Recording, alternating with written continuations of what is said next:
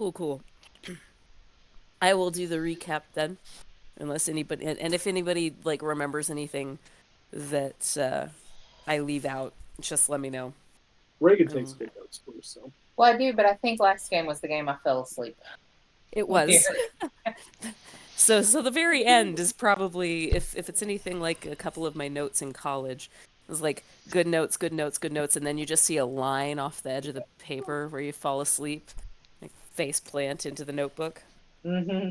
Yep, I had a What are few you notes doing? You that tired? went that way. Mm, Okay, so when we started the last one, we had all of you guys effectively recovering from your incident with the intellect devourers.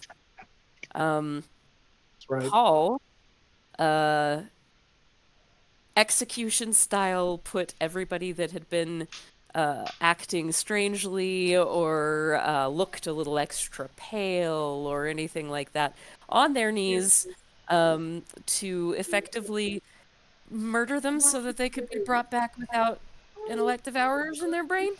Um, Like you do. sh- yeah, like you do. Shockingly, this went better than it had any right to. Um, you guys, in the process of everybody healing up and Eden, Never been that loud before. what's that?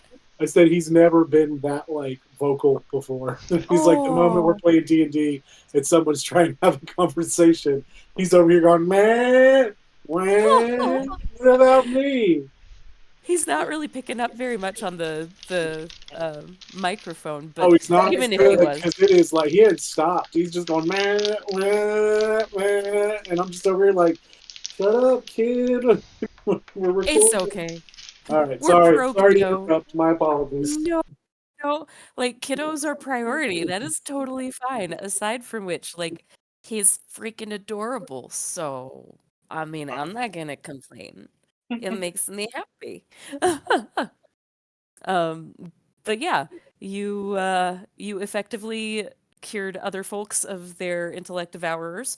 Um, Paul intimidated them back into the cave where they were then collapsed in, uh, and pretty much stuck there for right now while the foreman and his associates work out the best way to permanently close the mine down.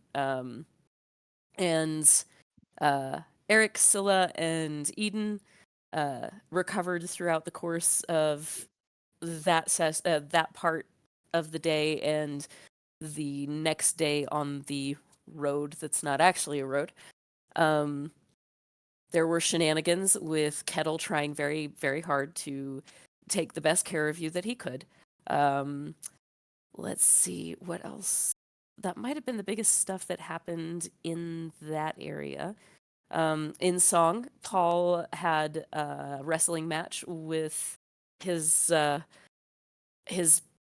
bounce friends slash prostitute orc lady. Oh buddy. Um, so that was a thing.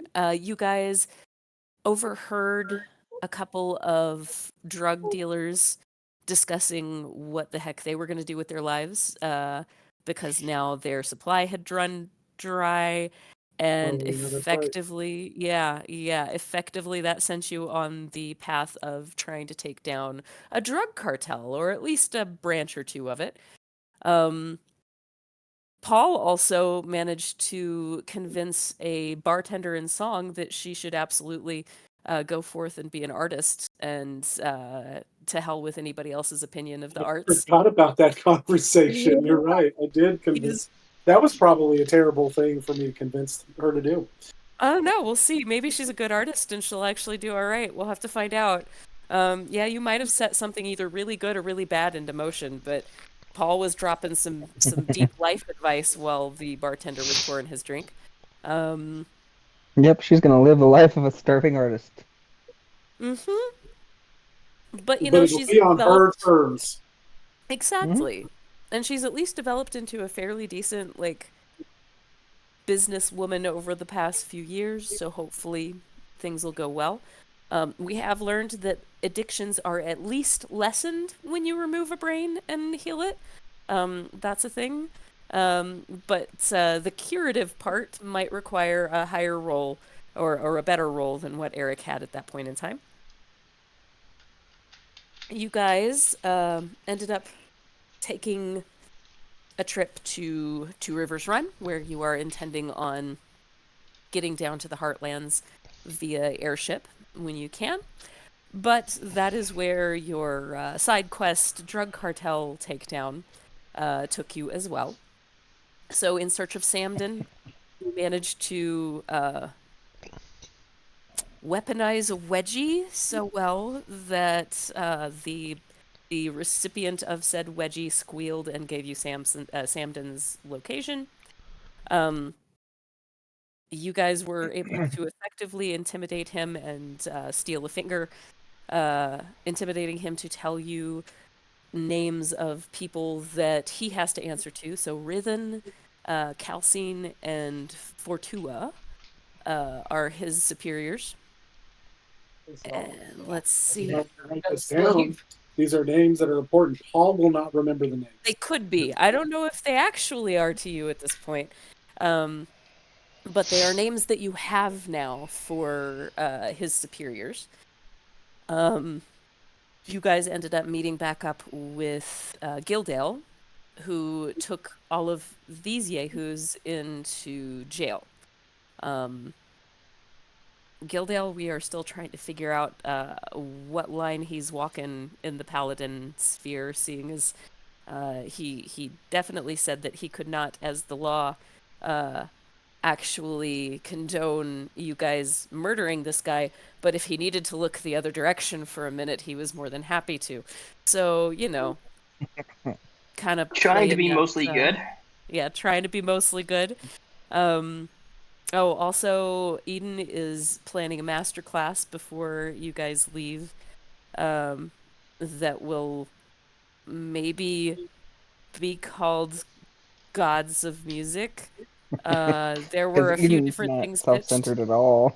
Yeah, not even a little.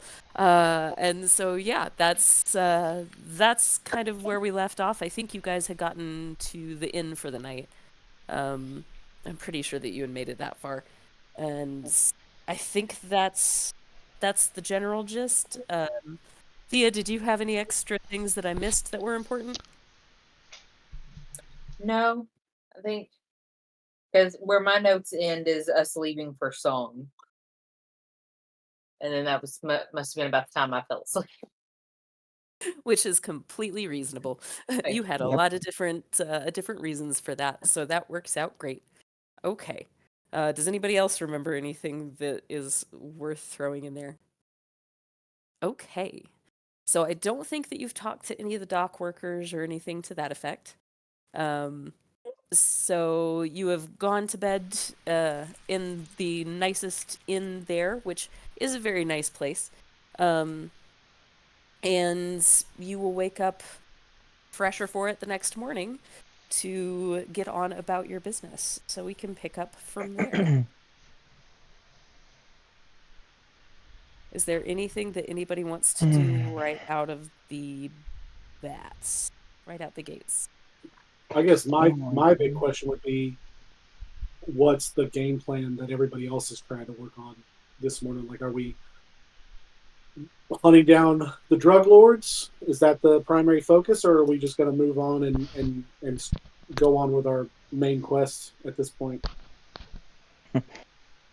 Eden is just taking notes, getting ready for setting up his master class, but she's like, oh, I mean, if you really want to take care of the drug thing, I'm not opposed, but I just don't know if we have the time. I'm down for whatever makes us some money.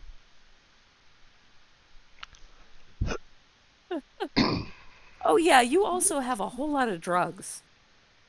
Yeah, evidence, so to speak. Wait, Eden has a whole lot of drugs? Yeah, they're all in your bag, right? Mhm. Yeah. So Can you we have take a them from crap the- ton of drugs. Weren't they supposed to be turned in for evidence? Yep. So that's a thing But these that exists. That's all right. these are the like memories, right? Some of Yes. them, yes. Some of them Okay. are. There are also some other things. They weren't just dealing in that as far as illicit substances, but that is the bulk of it. And Eden is absolutely just keeping all of those. Oh dear. I mean, why would you turn it in if you don't need to? So Well, we're like kind of breaking down one cartel so that Eden can build his own. Oh, no. Just abandon our mission and become like drug lords. Drug lords. Oh, yeah. So this needs to become a Breaking Bad campaign. well, I'm just wondering how you're going to convince a lawman to overlook this. I mean, from what I hear, like historically, it's really not that difficult to get lawmen to be involved in drug cartels. That's But I'm trying to be truer good. than it has. Well, any also, right to be. you don't have any idea how much drugs Eden actually confiscated. So he's going to give you all of the not memory stuff. Because Eden doesn't care for the drugs themselves, but... Fair enough. Fair enough. That does Okay. make sense. So you do at least have all of that. So there's quite a bit of stuff that is sort of similar to effectively our version of cocaine.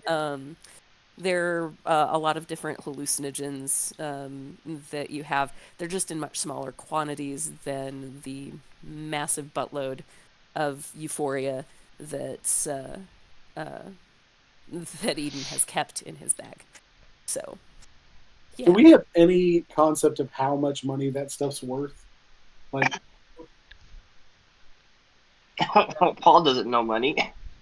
Yeah, this Paul is doesn't know Jason money. just being curious. I'm just curious, like how much value in, because if I don't know, if you carried around a bunch of cocaine, like you could get a pretty penny for that. So This would ultimately be hundreds of thousands of dollars in gold worth of just the euphoria stuff. okay, cool. Yeah. So we're gonna have a big target on our back regardless of what happens. Potentially. It depends on how many people find out who you are and that you're the ones that hit Samden's place. And that was not all that Samden had, but you would not have known that. Like, he's not going to keep all of his stuff in one space. Sure. But yeah, it's a lot. It's a lot of gold's worth.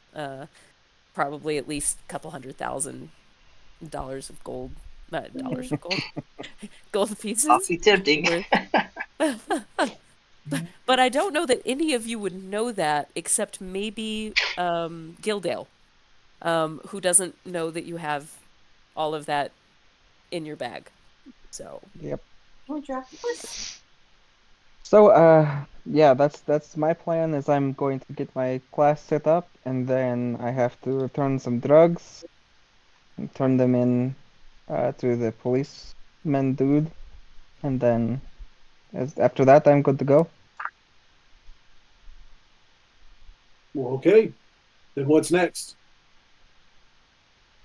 Then I believe we need to get a ship down to, the Heartlands, yes, to I can see take care of that. this person that you used to know. The Wait, person so that who's it you going after? who is the person that knew? you don't necessarily know him personally. That's You what know I know. I have of heard him. of this person. That's Yeah. You would. And then, did we deliver all the letters? This is Jason asking, not. Think. Yeah, there was only two of them. Poe's letter Yeah. to Tenenbros at the Emerald City, and then the Trethul, the leather worker in Orwin. We delivered that as well, right? Correct. Okay. But now So we you have guys a could also letter collect for- on that from whatever his name was, Oh. Edgar Allan Poe. Yep. Yep. So that is a collectible. Side quest thing. Yeah, I don't know what I was trying to say, but it fell out of my brain. We can turn the quest in for our reward. There you go. we also have a letter for Arabella in Two Rivers Run. I don't remember anything Oh, about that's that. right. I forgot about that. Yep, she's the little. She was a gnome, right, or a halfling? She's no, yeah. Gnome. Yeah, a gnome. The fortune teller from Okay, so on the way up here. Two Rivers Run for the letter, which is on the plane we're already on, correct? I mean, that's where Yeah, we that's the are. city we're in. That's the city We're we're in. we're in Two Rivers Run. Yeah, you're Okay. in Two Rivers Run. So then we need to deliver that letter, do the master class, drop off the drugs, or sell the drugs. You know, Something. or Whatever something. needs Do to something happen with do the the drugs. Do the drugs. Yep. Whatever. Something That's- needs to be done with the drugs, and that then couldn't after that, possibly we're go heading badly. to a lower plane that we've got to go to try to find the Dream Weaver. Is that what they're called? Dream Weave Walker. Weave Walker. That's Hmm. what it is. Okay. All right, and we need the Weave Walker because we're trying to Find Cochet. and that's how we'll be able to figure out where Cochet went. It's because the Weave Walker will be able to. Okay, all right. Hopefully. Jason is officially caught up on what the goals of the party are now. No worries. I'm glad you are, because I had lost the plot. It has been a hot minute. To be fair, it's not exactly like our party has ever had like a real direct goal in mind at any point. You're not wrong. No. We're kind of floating through the world that we're living in, just basically causing havoc and occasionally making a little bit of money here and there. Yeah, Yep. yeah. Like, should you have a direction? Probably. Are you following one? Not really. It's Mm. fine. I mean, it's a Yeah. loose line. kinda. I just feel bad and for our that's okay. DM because I know how difficult it is to DM a group that doesn't have any direction whatsoever. Right? You know, at a certain point, you just make all the shit up. It's fine. That's exactly the kind of DM I had to become for that very reason. I was like, well, I'm not going to prepare shit for any more of our sessions. I'm just going to make it up on the fly. I know So- the world that you're in very well. And as long as I know the world that you're in very well, then I can wing it if I have to. That helps. 'Cause I will tell you, I did not know the world that my party was in very well, so I was literally making everything up on the fly. Cities, nations, countries, everything. Just whatever. There's the name of the country. I hope I remember it next week.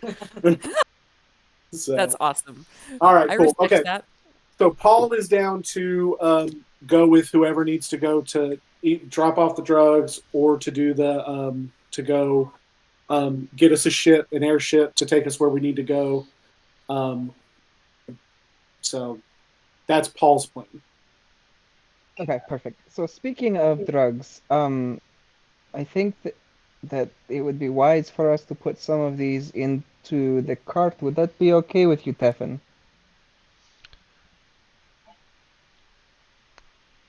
Are you just openly saying this in front of me?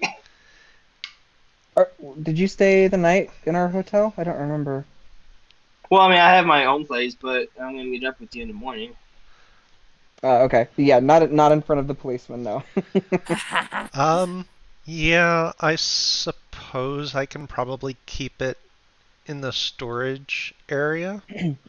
You need me to Yes, guard I it? mean you already have several of my memory bottles there as is, so Yeah, that's probably all right.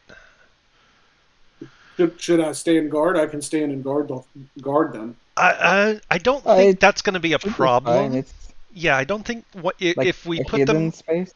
Yeah, if we put them in the storage space, I don't think that's going to be a problem. I don't think anybody's going to find them there.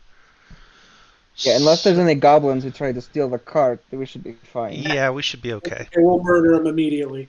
Yeah. So I And guess this time, take their boots from them because So- they would have been useful in this campaign. So I guess I'll go with Eden and put stuff in the cart. There's a lot of it. So we go to the cart. I turn the key the opposite direction, and when it opens up, it's not the room you guys are used to. Pretty cool. I forget if you have seen this before. I don't know that I mean- anyone has. maybe Paul, because didn't you guys No, send I don't Paul think on a? I don't think Paul has. You sent him on a wild goose chase in something. Thea did. has, I think because Thea might have. I think she might be when the we only one.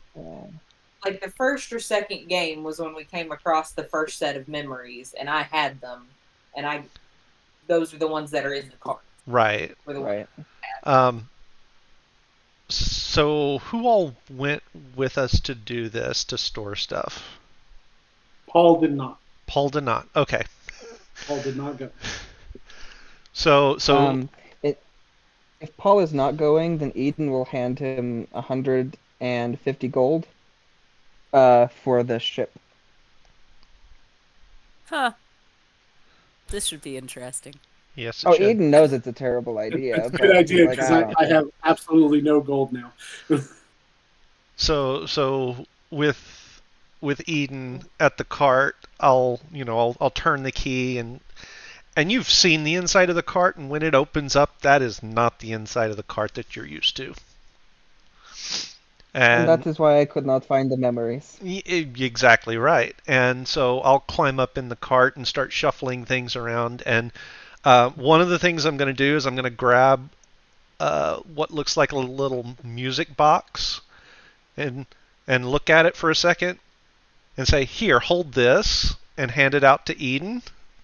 That's my music box he's talking about. And then start Just drop it in shuffling the things. bag. Then start shuffling things around and putting drugs away. And once we're done, I'll close the door and turn the key the other direction. If Eden plays that music box, you'll recognize the tune. Oh, really? It's that I made it to record one of the tunes that you played. Ah, That's yeah. sweet Eden in a doesn't. Paul kind Eden of doesn't way. think anything of it. He just like, oh, okay, I'll hold it, and drops it in the bag. Yeah, So now it's gonna look like Eden stole it from you. yeah. Oops. That's okay. He'll spin it in such a way that Paul is like, "Oh no, that makes sense." Like that's And then fine. once all of that's done, we can go catch up with whoever we need to catch up with. So I need to go have a quick sit down with Tila and Eric. So if you want to go help Paul figure out stuff, or I do also need to go deliver the rest of these drugs to the authorities. Okay. Yeah, I'll go. I guess I'll go catch up with Paul then. Sophia, Also, it's worth noting I gave him 150 gold, so like, if he preferably doesn't spend all of it immediately, that would be awesome. But it's Paul, so. Yeah, we'll see about making sure that that's right, that we get the right price. So, yeah. Thank you. Hey, Paul, wait up. Oh no, I've gone. Like the moment you guys left, I've already left to go get the boat. I'm not waiting. I wasn't waiting around. In that case, I'm gonna see if I can see Paul, and if not, I'm just gonna start booking it toward the docks. so Paul, I assume that you're not like hiding or trying to be sneaky. No, I'm not trying to Yeah. hide, but like I'm not sitting around waiting for them to finish what they like. Like I was like, we got to get a ship. Okay, here's 150 gold. Okay, I'm going to get a ship. Yeah. So Tevin, roll me a perception check. We'll just see if you can kind of spot him, his little gnomish figure. Bouncing Or his 21. axe, at least. Yeah, hear the axe dragging on the ground Yeah. behind him. 21? 21. Oh yeah. Like you don't see him over the heads of everybody, but you have become very familiar with how that axe sounds as it drags on like cobbled streets and in this particular case wood. You actually can hear some of the people going, "Hey, watch the planking." Kind of from since this is all sort of set up on I don't even know what to call that, but effectively the whole thing runs like boardwalk types of things. So people kind of will give not like rude commentary, but just sort of telling him to watch the axe and things like that. Yeah, as aggressive as you would be to someone who has a giant axe that they wield everywhere.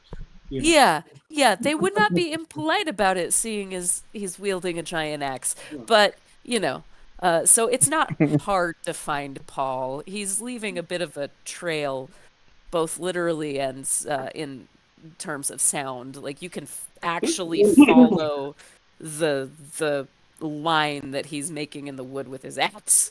So, yeah, easy enough to find him. Okay. Thea, are you with us or are you doing something else? Well, got this letter that needs to be delivered. If anybody wants to, I can tag along with somebody, and then we can go do the letter. Or Paul was planning on doing the letter too, so if you want to tag along and then do the letter with us. Sure. Because Reagan doesn't really remember the details of the letter, so I don't know where we're going with this. Okay, so Thea's with me Okay. to go, and then we're going to drop off the letter. Cool. And well, no, I'll tell Gildel where he is when we get to that part. You will have some morning business that you probably have to take care of, Yeah. Gildale. Damn paperwork. Yeah, so something like that. We do Anyway. paperwork. So once I catch up with him, it's like, hey, Paul. Yep. You're leaving a little bit of a furrow in the road there, my friend. Maybe take the axe off your belt and throw it over your shoulder. What the furry? Well, not furry, furrow. You're carving up the wood behind you, dude. I do a full 180 spin, and obviously my axe drags through the spin, creates a circle. Yeah, I'm like, okay, and then I just turn around and keep going. They'll charge us more money if we destroy the dock for the boat. So can you hold your axe over your shoulder so it doesn't drag the ground? I pick up my axe and I wield it like this. No, like over your shoulder. It is over my shoulder. Tevin, is this better or worse? I can't decide. Hey, we need a ship. There is suddenly like a wide berth around Paul. Everybody's giving him a lot of arm room. I'm gonna try to pluck the axe out of his hand. Oh, I've got a grip on this sucker. I mean, you can make an opposed strength check. Well, you know what? Let's have it be your strength-based proficiency would be athletics, right? Are you asking me? Yeah, yes. he has proficiency in that. Okay. That is the only one. Yeah, athletics. So Can athletics against sleight of hand. Okay. Meanwhile, I'm going to send a messenger to them to say I want to speak with them before they leave. Do you have one of the message rings or what? Oh, a messenger. You're sending a messenger? Yeah, just a runner. Okay. Get to the hotel and there's nobody there. So 21 sleight of hand. 24 athletics. So you feel this tug at your axe. That sounds like a euphemism. It does sound like a euphemism. Yeah, I just grip it tighter and don't just keep moving. Also a euphemism. Indeed. Like, because I'd like to think like if he's like really trying to like grab the axe and he's putting a lot of grip into it, wouldn't I kind of lift him off the ground? Well, aren't you a gnome? Yeah, but my strength is strong enough to lift a normal sized person. So Yeah. Well, the way that Once I realize I'm not getting it, I'm just gonna let go. It's like, okay. It's all right. It'll be although fine. that would be really funny. It'll be fine. If he had tried to continue that, yeah, he probably would have ended up like kind of lifting him up in the air. Just a wee bit since you're not very tall, but that's fine. Yeah, so there's there's now a lot of concerned people giving a lot of space to you guys. Um, the city guard, like one of the city guardsmen, kind of looks over with concern your direction, but seeing that you're not actively being aggressive towards anybody, they're just kind of following at a distance, trying to judge the situation. You may or may not want to roll perception to see if Paul sees that this is a thing, but They're following me. yeah. My I'm perception just isn't gonna very kind great, of so I'm just gonna kind of catch one of their eyes and sort of shake my hand and mouth it's okay.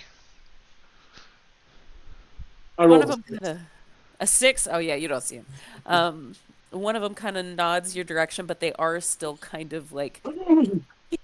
close enough that if anything goes sideways, they'll be within easy range Attack range. of. Yeah, yeah. Um, so yeah, that's kind of what's going on there. Um, so you guys are able to get to the docks without too much of an issue. There is at this point kind of a confused looking kid. Oh no, that's also kind of a perception check. Um, Thea and Teffin, we'll just use Paul's last roll for the his perception. But Thea and Teffin, roll me a perception. 16.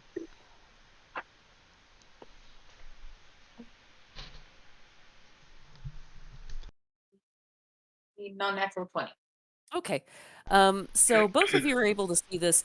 It might not mean a lot to you, but you might be kind of curious. Kind of depends. There is like got a teenage boy scanning the docks, trying to see. It looks like he's looking for someone, but he's not particularly. He's not letting his eyes settle for very long. Oh gosh, he just rolled a terrible perception himself. Yeah. So there's a teenage boy that seems to be scanning the crowd looking for something specific. Um, doing a reasonable job, not intentionally, but he's just kind of blending into the crowd for the most part. But he seems to be kind of either lost or hunting for somebody that he's not finding. Um, so yeah, that's you guys arrive at the dock without too much incident, drawing a lot of eyes for sure, but not really having any huge incident at the moment.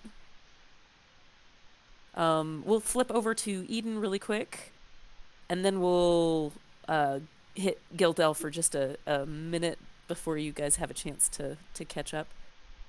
All right, Eden. Well, actually, Eden is going looking at the police station for Gildel, so. Oh, was he gonna say Oh, right. anything He had to to talk the? to. Yeah, so he'll actually see if they want to come with them, just to go do this delivery and then go visit the College of the Arts. Ah, okay, good deal. So they are happy to agree. Um, Eric is still kind of nursing a headache, but he's breaking his addiction more and more as time goes by. So he's doing better, and at this point, you're not totally sure what which the more likely source of his headache is. So, yeah, they will agree to go with you, and in spite of his headache, he is still his normal, incredibly pleasant self. Um, so they will tag along as you, I guess, head to the police station, eh? Mm-hmm. First, and then the college. Okay. Yep. So, Gildel, you probably are up and about a little bit earlier than most of these guys.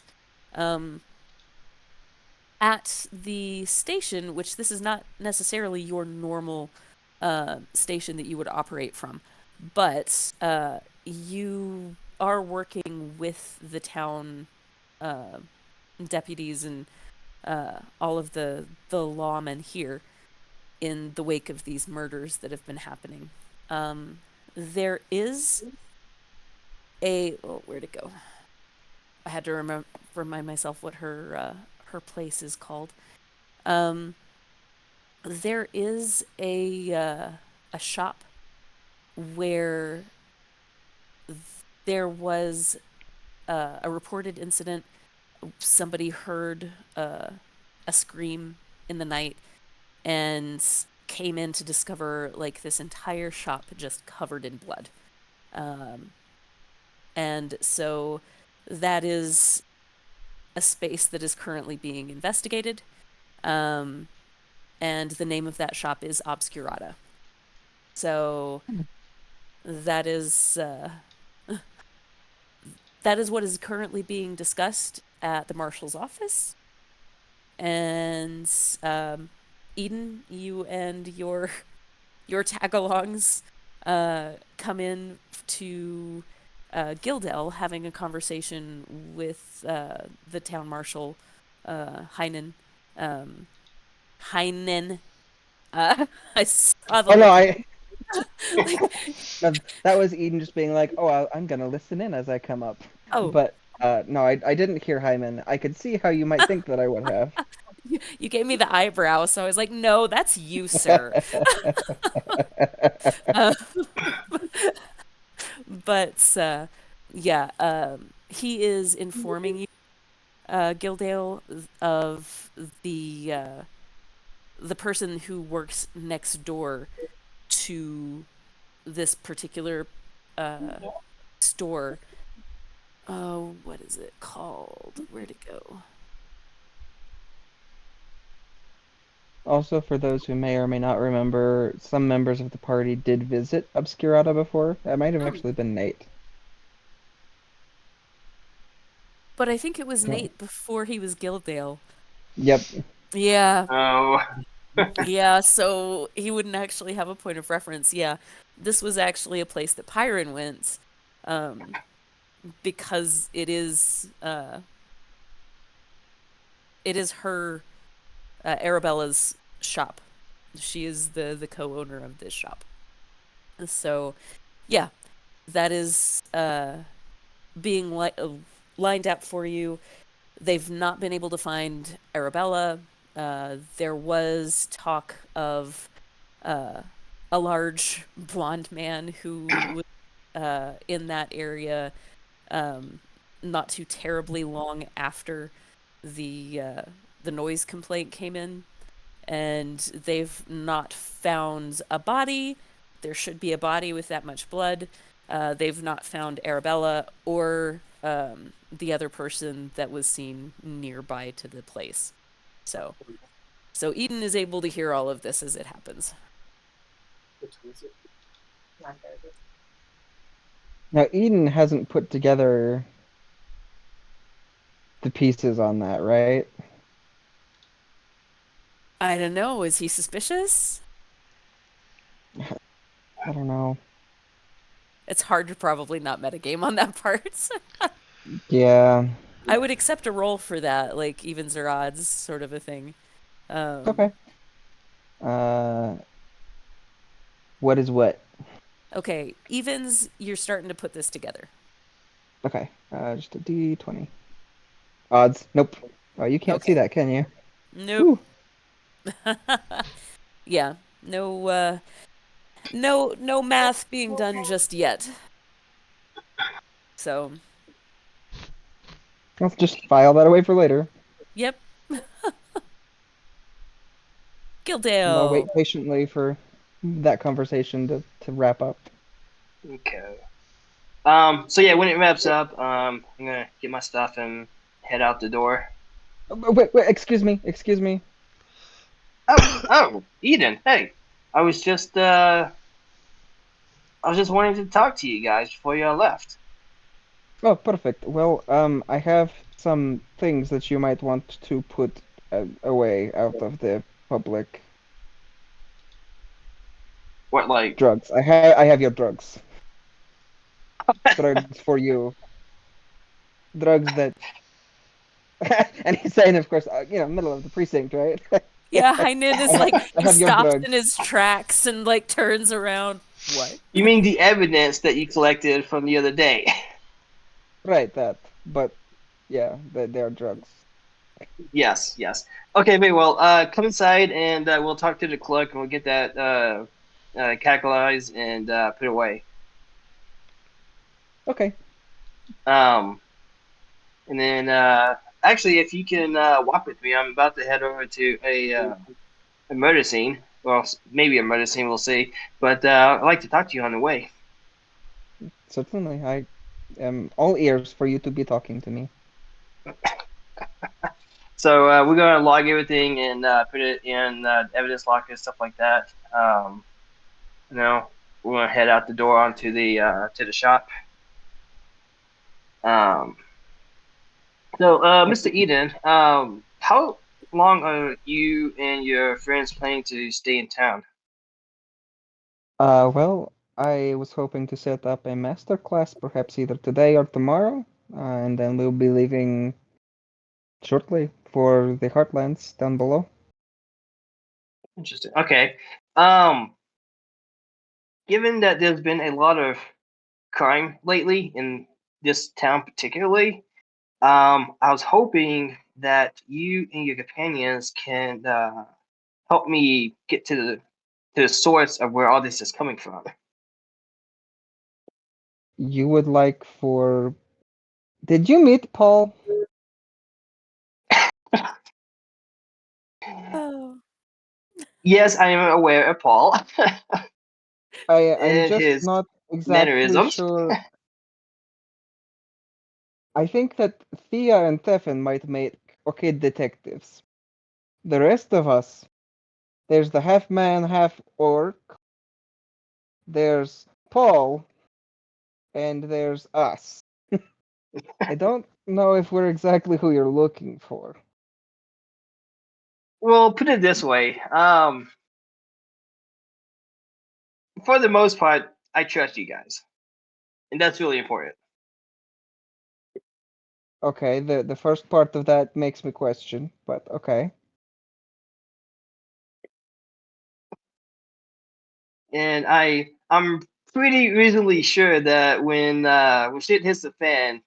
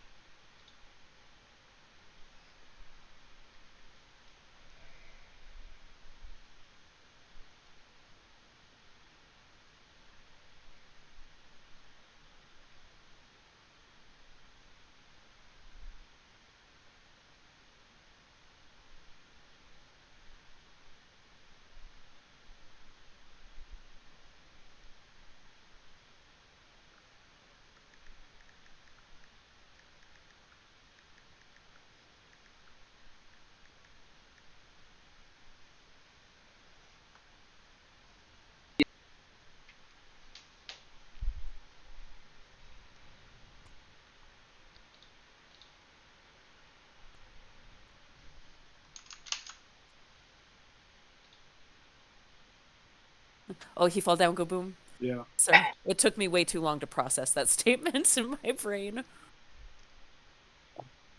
But yeah,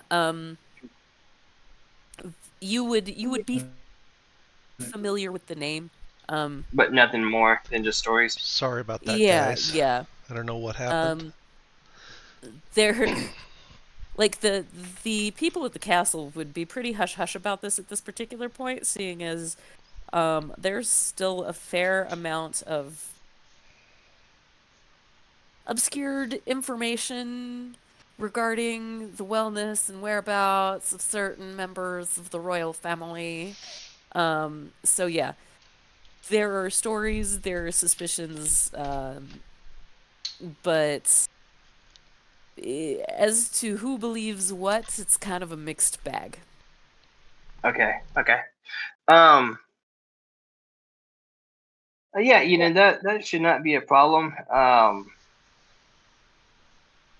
don't know. Based on the stories I've heard, I mean, if he is real, then maybe he has something to do with all this crime in this town. So, it'd be worth investigating. I suppose that is a possibility. I think these are kind of small potatoes after you murder the High Prince. But, you know, or Crown Prince. Sorry, not High Prince. He wasn't high. The drugs are all here, I promise. Well, good. Um.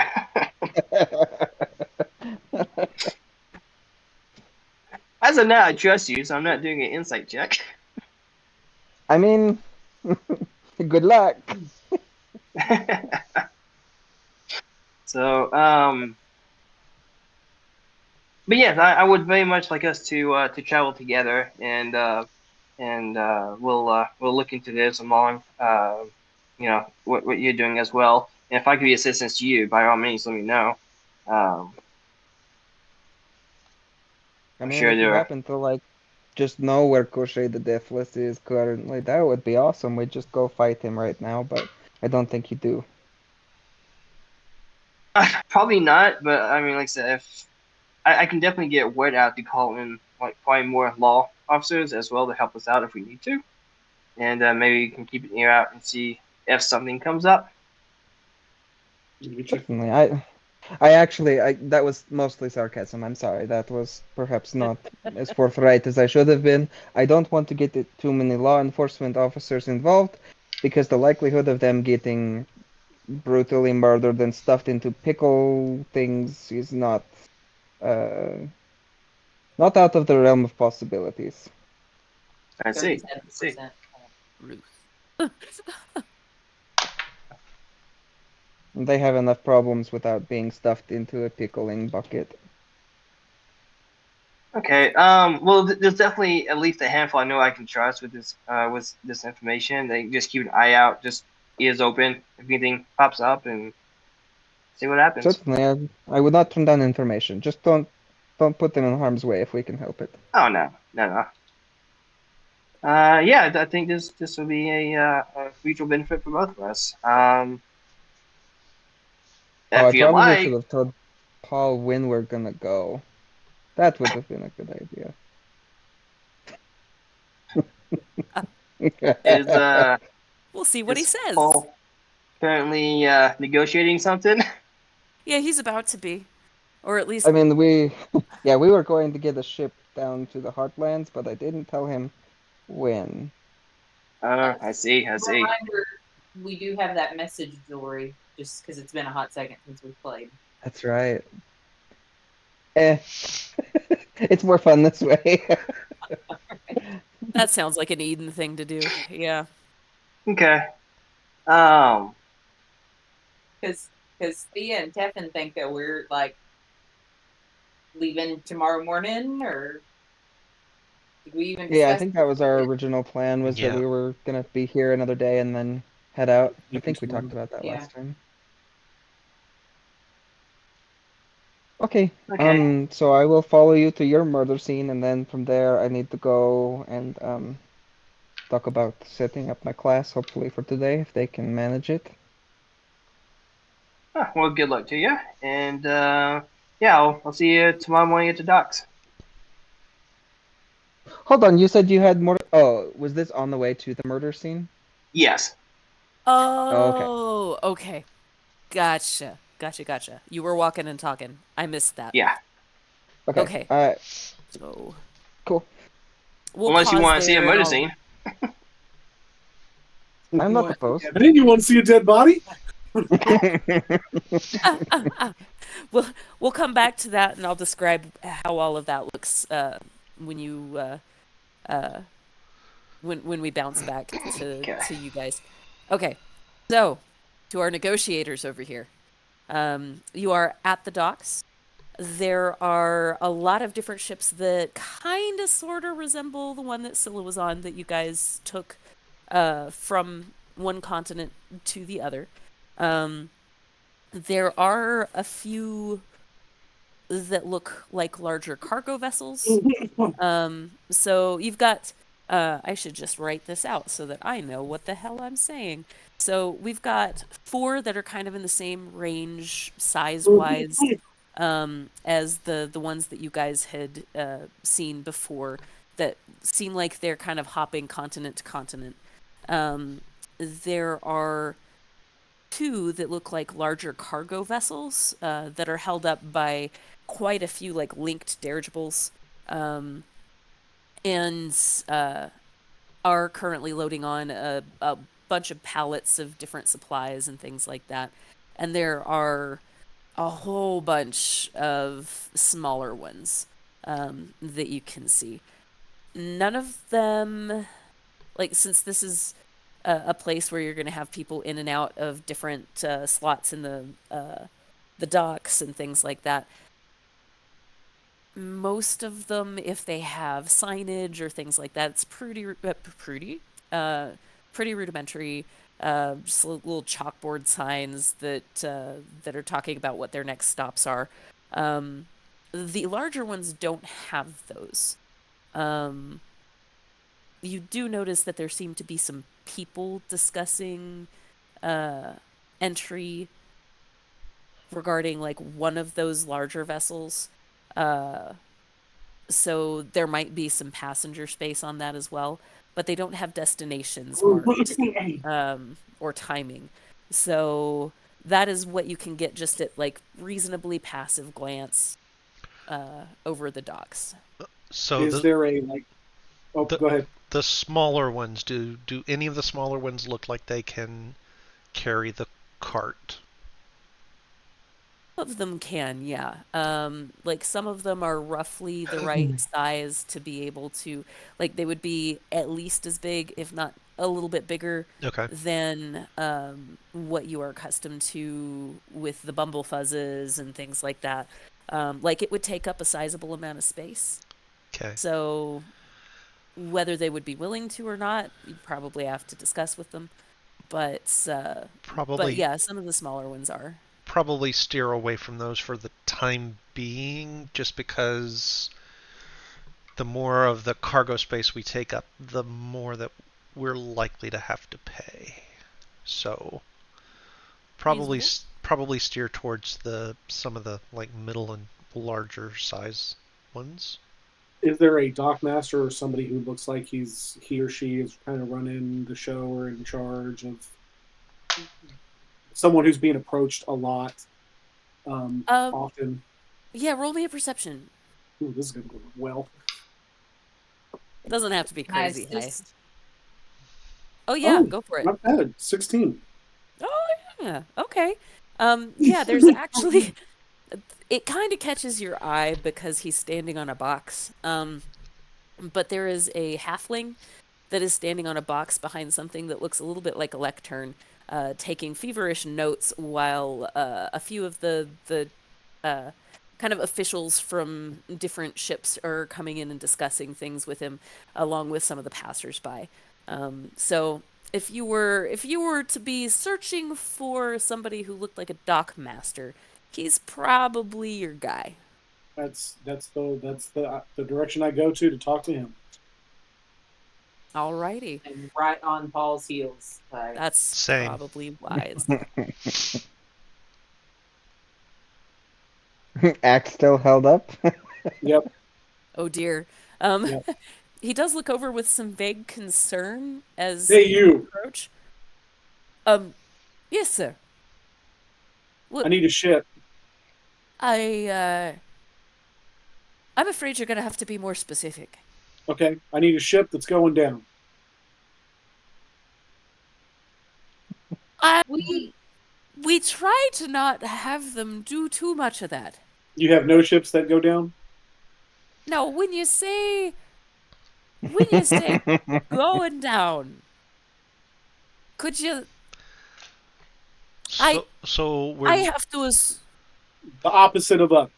We're going. We need so to go we're down. we're looking for a ship bound for, and Heartlands. I can't remember. Keith can't remember. The Heartlands. You're looking for the So we're the looking for a Heartlands ship and bound for the specifically Trying the to White go to the Heartlands. Castle. Heartstones. All right, that makes more sense with the ship that goes down part. I wouldn't necessarily recommend you word it like that with the people on board, but yeah, Well, how would you word it? a ship that's going to the Heartlands would probably be an appropriate way to word it. But I suppose the way that you worded it's not inaccurate, just a wee bit insensitive to the idea of a ship supposed to be staying afloat. That's neither here nor there. We do have some vessels that take trips to the Heartlands. Our two cargo liners are actually due for trips down there, respectively. One is going to the Red Castles, and the other is directing out to the Cove, Cannibal Cove. Well, we don't need either of those. We have to go to the Heartlands. No, those are They're in the Heartlands. what she said. She's a bright spark, that one. Cannibal Cove is the closest to where we're going, Okay. for the record. We'll take it.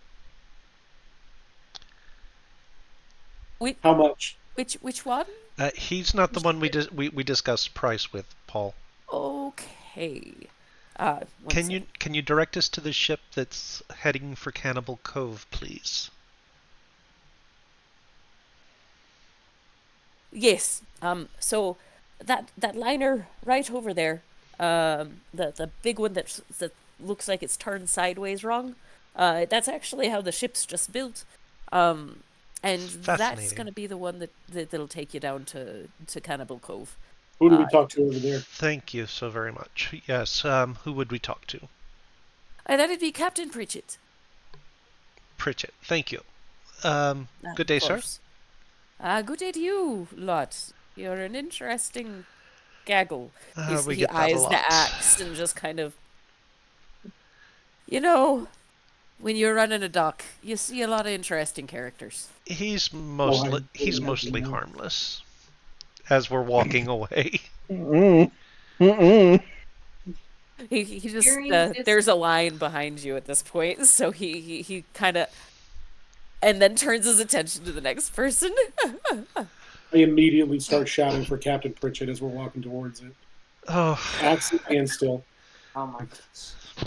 So while all of that was going on, I'm just keeping that teenage boy just in my peripheral. I bet you are, Thea. Yeah. Oh dear. Just kind of keeping an eye on him. Would we go off to talk to that captain? Like, will I still be able to see? Yeah. He's kind of moving in and out of the crowd, and you actually see him. Let me actually roll that because that's better. You actually see him catch catch sight of like Paul adjacent area. Whether it's his axe or Paul himself, you're not totally sure.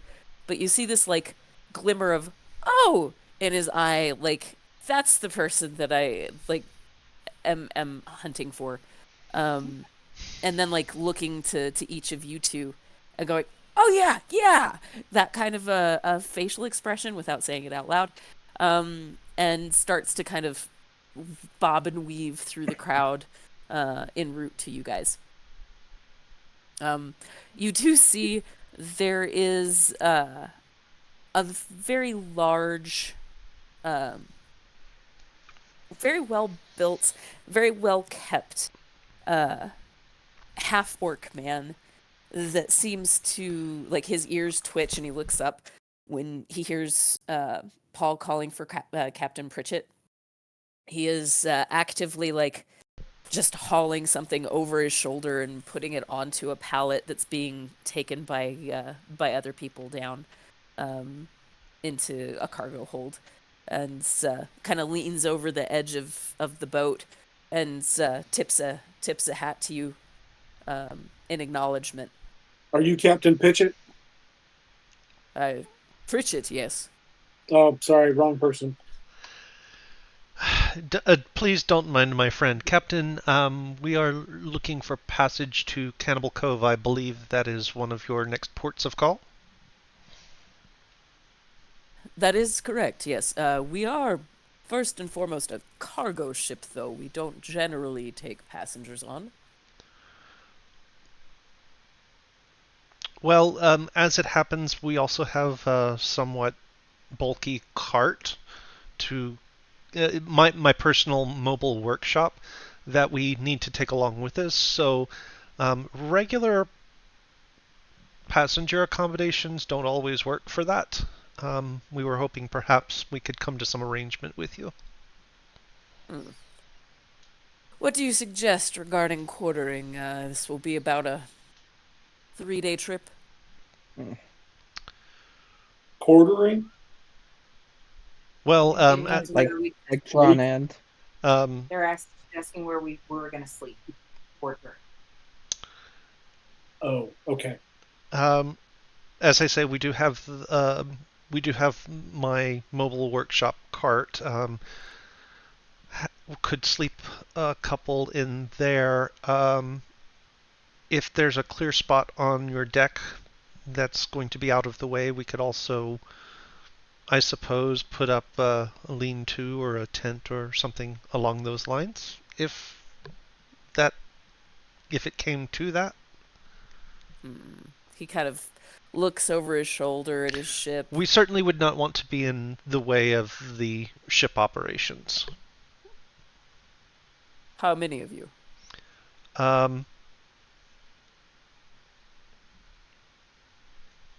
7, 8. 23? Oh, not definitely 23. not enough. Not 23. All right. I mix that up all the time. 3. Not 3 either. I believe there would be 8 of us altogether.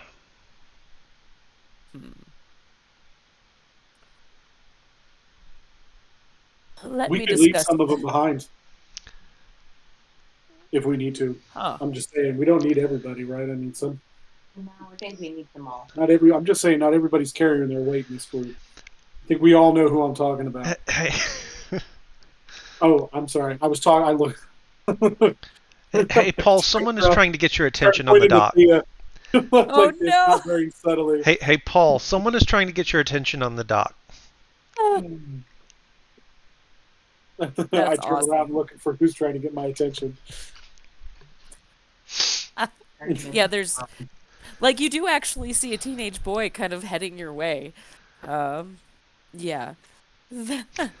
So that's a thing. Okay, I walk There will be towards the 8 of teenage us, boy Captain. carrying the axe. Oh my 8 god. of you. You're like herding cats. Really is true. Uh, he uh, he starts to turn to you instead, Teffin, and you see him look after Paul for just a second. Is that going to be a problem? Well, it hasn't been so far. We've been able to keep him mostly in line. Okay. That's one version of things.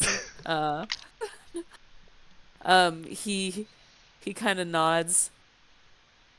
Let me discuss this with my first mate, and we'll see if maybe we can clear out a little space for you to be able to utilize for sleeping. Okay. But if you find yourselves in the way, I would very quickly remedy that. Of course. He'll... Go ahead. What would be the price you would ask for passage?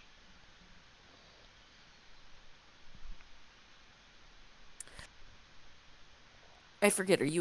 Did you bring the cart with you? No, did not. Base price would be based upon the amount of space that your cart has to occupy in the cargo hold. And then the square footage of your sleeping quarters. You'll have to provide food for yourself. Our galley workers only are paid to provide food for my staff. So it would be unfair for me to ask them to prepare anything extra for you without paying them more. Of course, of course. We can manage that. I'm quite certain. Let me discuss things then. The price for square foot cargo, and uh, we do have, when we move animals as cargo as well, we have a feeder on board. I would tend to the Quimby myself, so you wouldn't have to worry about that. All right. So it is generally. Let's just pull a number out of my backside here. It's going to be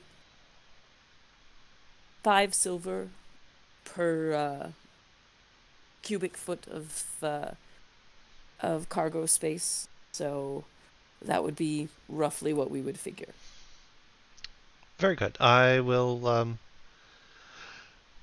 I'll go retrieve the wagon and bring it down, and we can go from there. All right. I will discuss things and make sure that it's okayed by my crew, and get everything lined up in order. We'll have some some paperwork drawn up as well to Of make course. sure that everything is. When you're departing. That was going to be my next question. Yes. When are you looking to depart? First thing in the morning. First thing in the morning. Okay. I will. We'll make sure that works on our timetable, and if not, then obviously I've wasted your time, and if so, I apologize. And we would have to make other arrangements, but I'll make sure everything lines up the way we need to. Very well.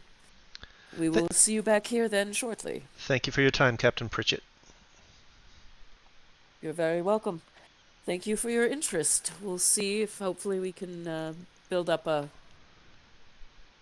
good relationship between us. Come along, Yes. come along, Paul. Come along, Thea. Well, I'm going to talk to the teenager dude. Yeah. It would just So we'll cover that in a sec.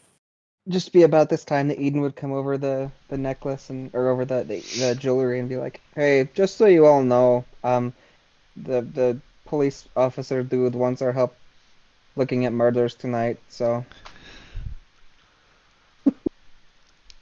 So, how long is this going to take? Because we've got a line on a ship, but it's leaving first thing in the morning. Do we need more time than that? That sounds like his problem, not ours. Oh, okay. Well, next time you see him, maybe check and see if that works with his timeline, because otherwise we got to find a different ship. Like I said, his problem. I mean, he's just asking for favors at this point, so, like, we're chasing after Crochet. He's looking after some local murderer. I don't think there's a problem. I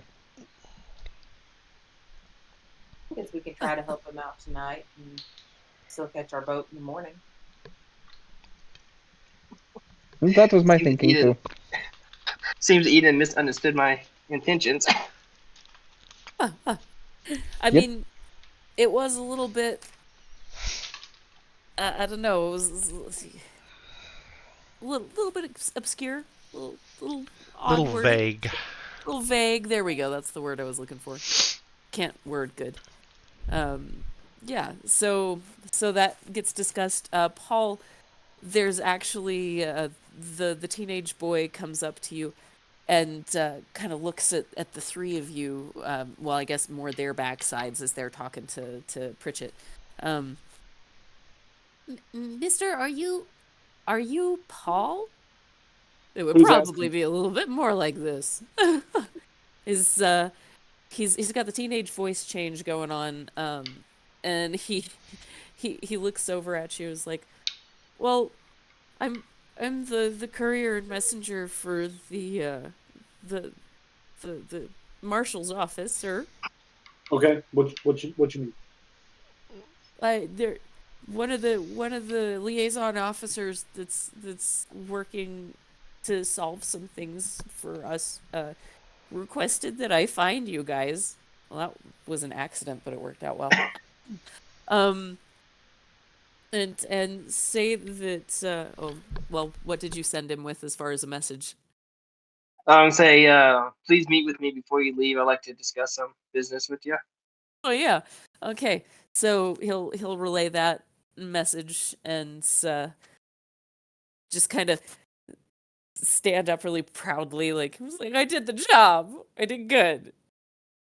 Cool. Where do I find him? So I think he'll probably be at Obscurata. That's where they're sending him this morning. So he'll be there. And then after that, he'll be back at the office for the evening. So depending on when it is that you need to find him, that's generally where he'll be. Well, we've got a letter to deliver before we can do anything, so we got to get that taken care of. Unless you want to deliver it for us, so we can go talk to your person. Where does it need to be delivered? Oh, I don't know. Obscurata. To where? It's to To the murder Arabella, scene. so it's to the murder scene. Oh, it's to the murder scene. Okay, fair enough. Yeah, I'll to wherever that is. Do I know the name of the person that the letter's going to? It's marked on the letter that it's Well, I can't read, so oh, so so no. I show him the letter. I say, we got to deliver this. Do you know where I got to go for this? Oh, well, that's where he is anyway. Oh, awesome. Where is this? So he'll point down the docks. There is a big round building with a thatched roof, and the thatching is divided into different colors. So there's like a pink and a purple and an orange and a yellow and two different shades of green that are like triangular wedges on this kind of conical thatched roof. And it like if you see that roof over there, that's the hut where Obscurata is. It's the purple roof. Okay, and I've got to deliver this to. That's where it says I have to deliver this. Yeah. Perfect. All right.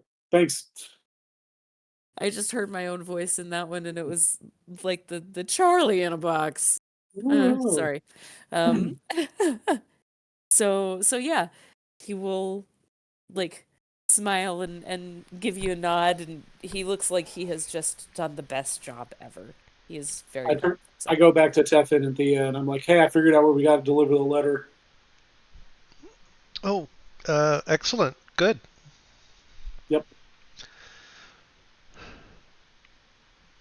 And I guess at So some do you point we guys? also have to make time to see the lawman too.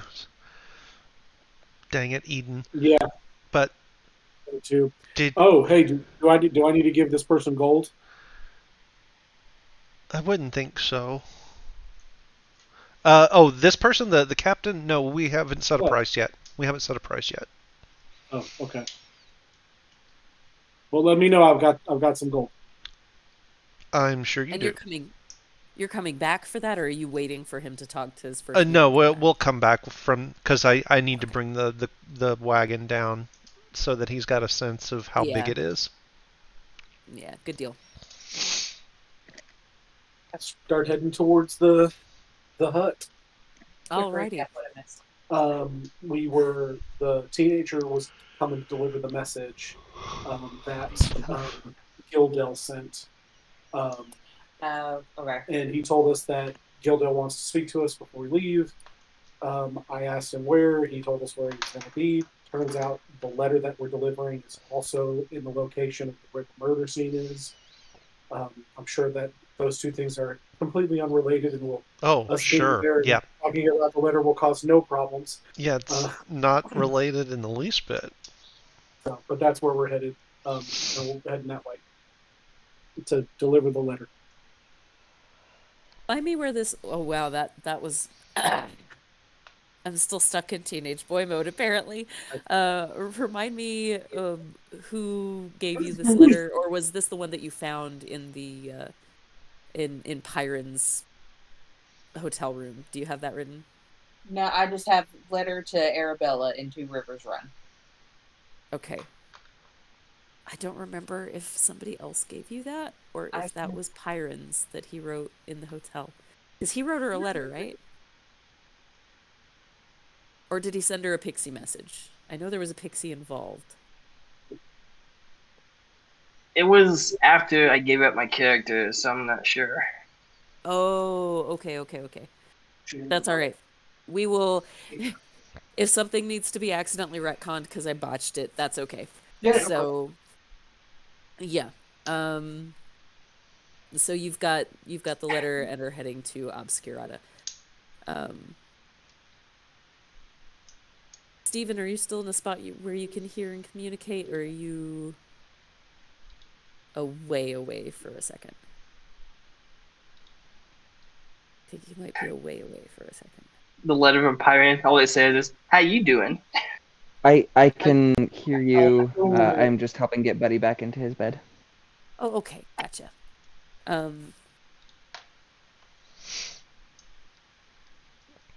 Okay, so Scylla, Eric, and Eden follow you to Obscurata.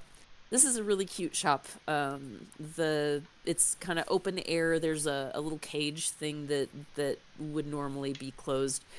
You see as you approach that this like sort of cage door situation that would normally be the overnight security feature keeping people out of the store has been like bent and mangled, more or less. And where there was kind of a table in the middle of the room, it's now kind of squashed and in shambles, where it looks like, I wish I could draw this out real quick. So if the normal fence was kind of the gate was just a rectangle in front of the door, the front is bent inward and pushed down. And then the table that would have had a lot of merchandise directly in front of that is broken in half like something landed on it. And or someone. And there is blood splattered everywhere. It's like painted the walls, all of that good stuff.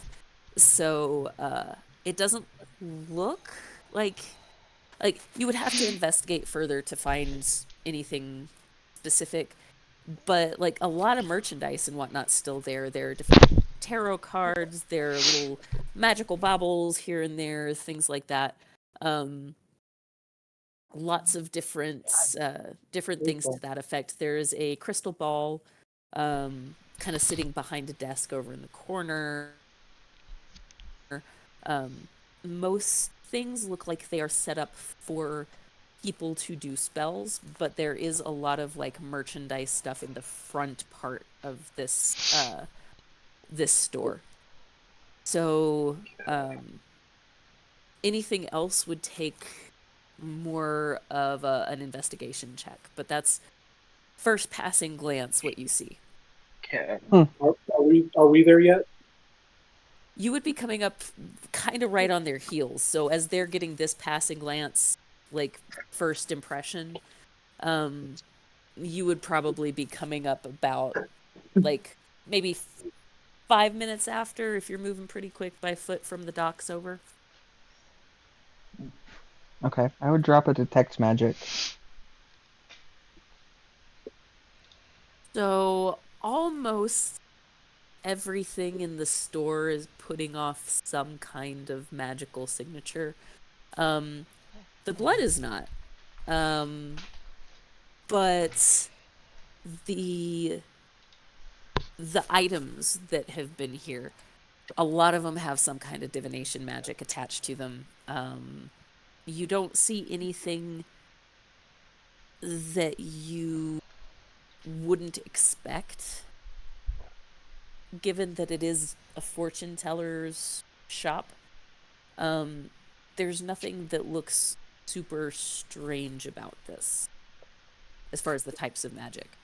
I have a weird question. Well, not weird, but It might have a weird answer. it might be a bit of a stretch for Paul. But with my deep understanding of violence, how many battles and things that I've fought in. Can I look at like the way the blood splatter has kind of gone everywhere in this room and determine like if this was like how much of a struggle this might have been, if the weapon that was used was like a single bladed weapon or like claws or like like what can I is there Are we anything there? yeah, well, we were right behind. Is there anything I You're can do coming in. by just looking around at the way the blood's like the blood and the ruckus and be like, oh, this was obviously multiple people attacking one person or one person attacking one person, and they were using like either a single bladed weapon or maybe it was claws from a beast or just I anything like like that. that. Okay. Are you proficient in nature or survival? I am proficient in um no, I am not proficient in any survival or nature. I am afraid. Do you have something else that you could argue would apply? I mean, if a beast was involved, I do have beast sense as an ability based on Ooh. my class. Okay, Um, remind me how beast sense works. I'll have to look at the PHP. Can you hand me the PHP, please? You get an 18 on investigation. Okay, good deal.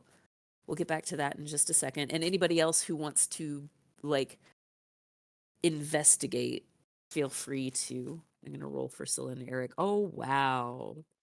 Oh, that Just was a good. small little point in case that changes anything. The letter for Arabella is from Kessa. We got it when we Kessa. left Kessa's house. Okay. Right, because she Okay. had a lead maybe on more magic things that we could use. Gotcha. That was back in April, so Yeah. we needed a refresher on that one. Been a hot minute. Yeah. Okay. Okay, so investigating. That's what we're doing. Yeah. I'll let them roll to see who gets what from this. It's a 17 for me. Okay, not bad.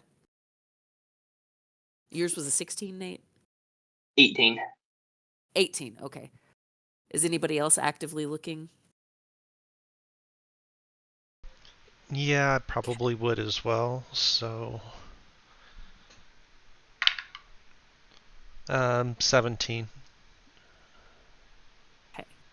All pretty good. Scylla is apparently quite distracted at this point because she rolled a 1. Well, actually, Eden might be talking to her to figure out who this person was because he remembers her from the ship on the way up. Okay, good deal. So that'll be a conversation kind of happening in the background. Eric is very attentively paying attention to every little detail. Like, you have figured out at this point that Eric is a very detail-oriented person and pays attention to every little thing. And he is currently just soaking up all of the information that he can, too. He rolled a 19. Oh, guidance. Because I just remembered that. Oh, sweet. And all of you are going to glean a fair amount of this because all of you rolled pretty well. So those of you who are investigating right now, you see some oddly placed claw marks in various wooden features, kind of like a wrecked cabinet has them. It kind of looks like the floor around the table that has been broken. It has quite a bit of clawing around it. A lot of things look smashed. You can't see that anything has been taken. It doesn't look like this was a theft of any kind. And there is in the middle of a pool of blood kind of to the side or dried at this point, there is kind of it looks like something, trying to think of how to describe this. It doesn't look like a sword stab. It looks like a a spike, like almost a railroad spike sort of looking thing, had been jabbed into the wood in in that space, and it looks like the blood was dry beforehand. There are also footsteps, like boot prints in the blood stains. Um, let's see. With the 18, 18 was our highest, right? I Think think. so? Yeah. The 18, you probably realize that the boot prints were made as the blood was already drying. Um, just the way that it stuck. Um, there are some spots where, like, there are flakes actively that had lifted, which meant that it had already kind of begun the drying process and congealed there and then lifted with the boot prints. So the boot prints are very likely not. Well, I won't say that they're very likely not from the murderer. If there is even a murder, there still doesn't seem to be a body involved. Um, but the boot prints were made at a different point in time than the blood splatters. Okay. So, I checked my B sense. That will not help me in this scenario. okay. But I do have a question. Do I see like any animals in the vicinity, like any pets, birds, like anything like that? That's something that's still alive, or like maybe like rat or mice holes in the wall or anything like that. Oh, I love that. I'll take perception or investigation for holes in the wall. Um, Guidance. there would What be does guidance birds give and me? whatnot outside. Okay. Perception or investigation, you said? Yes. Let's see. Natural one. Nope. I But go to look around and slip on the blood and fall over and pass out. You contaminate the crime I've scene. contaminated the crime scene. Great. absolutely. So you would be aware as you lay there in the pool of blood, kind of in and out of consciousness for a moment from the blow you just took to the head from the floor. Um, you would be passively aware that there are birds singing outside. Maybe one of them saw something. It'll take you a second to get your wits about you enough to ask, I suppose. Right. But yeah, as far as like mouse holes or something that might live in the store, yeah, no, I think it's just beautiful that I come up with a really good idea to get information, but Paul is so dumb that I'm unable to use the idea. Yeah. I am deeply amused by that. I'm It's not gonna lie. poetic, really. It really is. It's beautiful. Um, oh, Hiron, I will also say this. Not Pyron. You mean Gildan? Oh, Gildel? oops. I mean, this Um, was Pyron, but yeah. Hard to Um, describe. Wow. Byron. We don't know that. yeah. right. We don't know that. Yeah. So Eric will actually see, and it's a really, really minor thing. Um, Eric will see that there is like a small handprint in some of the blood, um, and then looks like kind of dragged away from the blood. Uh, and also notices, and he's pointing this out to you. He also sees that there is a space that looks like maybe it had some healing instruments or things like that. Um, some of the lesser ones are still there, almost like a first aid kit sort of a situation, where some items have been taken and it looks like it was opened recently because it's still kind of like sitting open in a box, um, and looks a little rifled through. So he points that out to you for you to look into. So, um, Okay. Question. when investigating the blood splatter and stuff like that, do I find any type of bones? Any type of bones? No. Okay. Do not find bones. I'm sorry, I had to put the little one down. So we got here, it's a bloody mess, and there is a Yes. body. Do we know who the body is? There is There's no no body body. still. Yeah. There's no body. Okay. Yeah, there's no body. You would probably overhear Eric telling Gildale that about the handprint in one of the. It's a subtle handprint in one of the smaller pools of blood, that kind of drags out, and then the kind of first aid kit that looks rifled through. So you would have probably all of you, since it's a reasonably small spot, probably all would have heard that. So those are things that you have seen. Eden, Scylla is describing kind of, she doesn't know Arabella well, but she has been on that ship before, and makes you aware that she is a foreseer, that has some amount of repute through the town, and actually a little bit wider through this plane, has a little bit of a reputation for.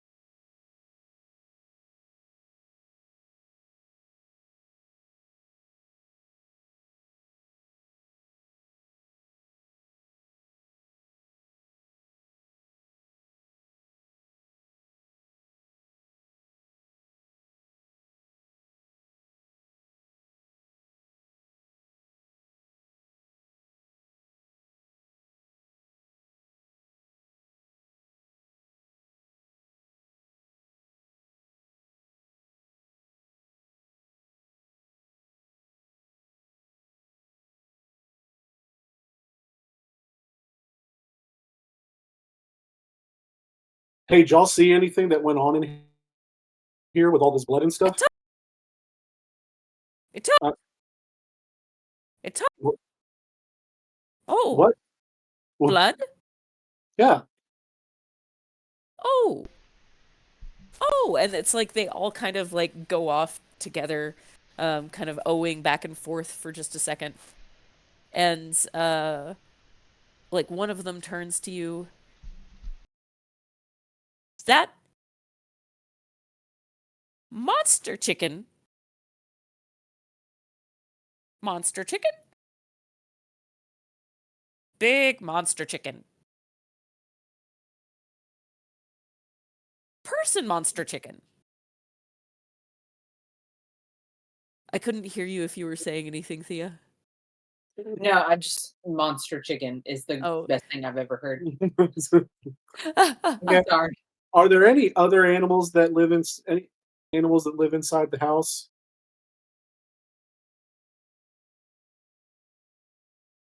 Mouse? Beautiful. Thank you so much. You guys have a great day. I love it. I go Hey. into the house and I start looking around, speaking mouse around the house, trying Everyone's like, what is to Paul find the doing? mice. This image that I have in my mind now of Paul, like butt in the air, like down on the ground, trying to communicate with a mouse that he doesn't actually know where it is. Yeah. You say, "Hey, mice, are any of y'all home?" You hear kind of this little scurrying, and a very cute little field mouse kind of pops his head out of the space, this a little hole behind a shelf, and he looks at you with big wide eyes, like, "Oh, um, yeah, uh, we we heard something, and the Nissers saw. Um, yeah, What there's what you guys what y'all hear? Oh, first off, I'm Paul. Nice to meet you. oh, You have a very nice home here. oh, thank you. I like it. So, It was nice. if you have some time, I would like to ask some questions on what happened today or what happened here. Okay, Paul. Um, Paul speaking to animals is like the most polite. Paul right? really likes animals. Paul He's really better likes at talking to animals than he is to Than I people. expect people. Yeah, but Paul likes animals. What's your name? Oh, my name is Trevor. Nice to meet you, Trevor. Trevor, are you hungry by any chance? Wait. Paul pulls out some of his rations and starts eating some and shares some with Trevor. You you're a nice Paul. Yeah, you're a nice Trevor. Well, thank you. Um, so I didn't see, but I heard, and the Nissers told me to stay in, 'cause they said that it was scary outside. Who's the So, Nissers? oh, the the the Nissers that live in the hole with me. Um, they're they're Nissers. I don't know if I've ever met a Nisser before. Are they? Did they see what happened? Yeah. Two of them saw what happened. Oh, Um, what could I maybe ask them? Would they be okay with talking to telling me what happened? they don't come out very much except for a couple of people that they like a whole lot. But I'll tell them that you're really nice, Okay. and so If, they'll talk to you. if you want, I can have everybody else leave. Would that be better if everyone else left and it's just you and me and the Nissers? I like that. Okay, Paul, you go talk to them. I'll get everybody to leave. Okay. Okay. So, I stand up. I turn around. I pull my axe out and I say, "Everybody, it's like Eric just jumps up and like, what? get Uh, out, everybody." Everybody, please come out, please. Please. You're not in charge of the scene. Remember that. I will actively try to intimidate everybody in there to get out. I will My rage friend, and you asked for our help, so I Hello. think you Okay. need to trust him. Trust him after what Just you just let it told me. happen. Just let this happen. This is just trust the process. just let it happen. Just let it happen. Don't fight it. I promise you. All right. I'm gonna motion for everybody. All right, let's give him the room for about 5 minutes. Paul, don't touch any evidence. When everybody gets out of the room, I shut the door and I put a chair in front of it so nobody can get in. On the way out, I clarify that Paul, the evidence is the blood. Don't touch the blood. Okay. Shut the door. Lock it if there's a lock or whatever. Is there a lock still on it that's still able to lock or No, like Looks pretty it's mangled, pretty right? messed up. okay. Yeah, the whole little gate system is pretty mangled. Okay. I shut the door and then I wedge my axe into the floor and the door at an angle to keep the door from being able to be opened without me removing the axe. Cool. All right. So you have kind of sort of secured yourself some privacy. You hear scurrying over by the little hole where the mouse came out, I and literally go lay down on my stomach, hands like this, I Feet up love in the that air. so to much. talk with the Ankles mice. crossed. Yeah, to talk with the mice. I love this. Okay, so um, they're larger than the mice, but you hear the scurry of the little mice feet, and Trevor comes back out and kind of gets to one side of the hole, and there's this calico shaped ball of fur that kind of rolls out and uncurls and hops up on these little, looks like miniature kangaroo legs. The whole critter is about that big. Um, and you can't see its eyes. There are like some little whiskers that stick a little extra far out from the little ball of fur, and a like a snout that you can just barely see the tip of the little black wiggly nose. Mhm. Um, and you can't actually see arms, so it's like a little bitty tail with a little puff ball on it that unravels from around it, and then these little kangaroo legs, and it's a big ball of fur with a little bitty nose. Hi, I'm Paul. Nice to meet you. Hello, Paul. It's it is a pleasure to meet you too. And this one is actually talking back to you. I'm not sure if you would realize this. No idea. Just yeah. All animals talk. Yeah, All this one animals is talk. like he's talking a little bit worse than I am, but like he's effectively speaking in common, but you can't tell because all animals talk. Yeah, So sure. yeah. Yeah. Um, Hi. Well, it's nice to meet you. I'm sorry to bother you, but we have been asked to come kind of see what happened here, and it looks like somebody was hurt. And so I was wondering if you might have seen something that might help us find out what happened. it I love that you're sitting like a teenager in like a sleepover or Well, something. it's It a makes me comfortable pose when you're laying on your stomach on the that ground. So. is true. Um, so he he kind of hops on his back feet, and then this little paw sticks out from the fur. And you haven't seen it. They were just kind of like wrapped up in the fur, but there's a little paw that sticks out and points. And he says, there was a monster man that looked like he was very, very hurt. He came in through the gate and pushed his way in and was screaming to see Arabella.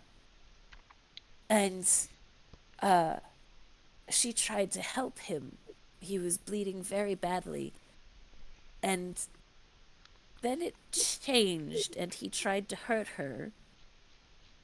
She froze him, but it didn't last. And at some point, he picked her up and carried her away. Did he say his name? Like a Pokemon. He didn't, but I remember. Oh, excuse me. Um, I remember her saying, "I didn't recognize you. What happened, Pyron?" Da, da, da. Hmm. Okay.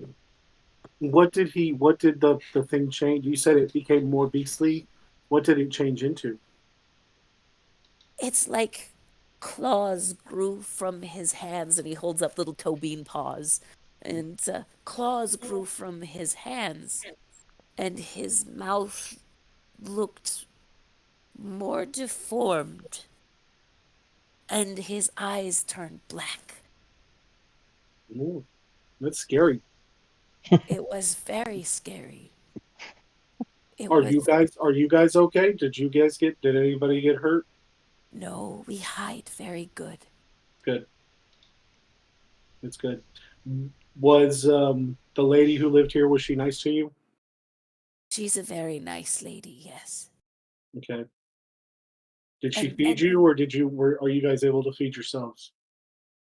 oh, we take scraps from what's leftovers. Okay. Okay.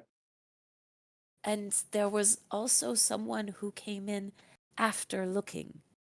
Okay.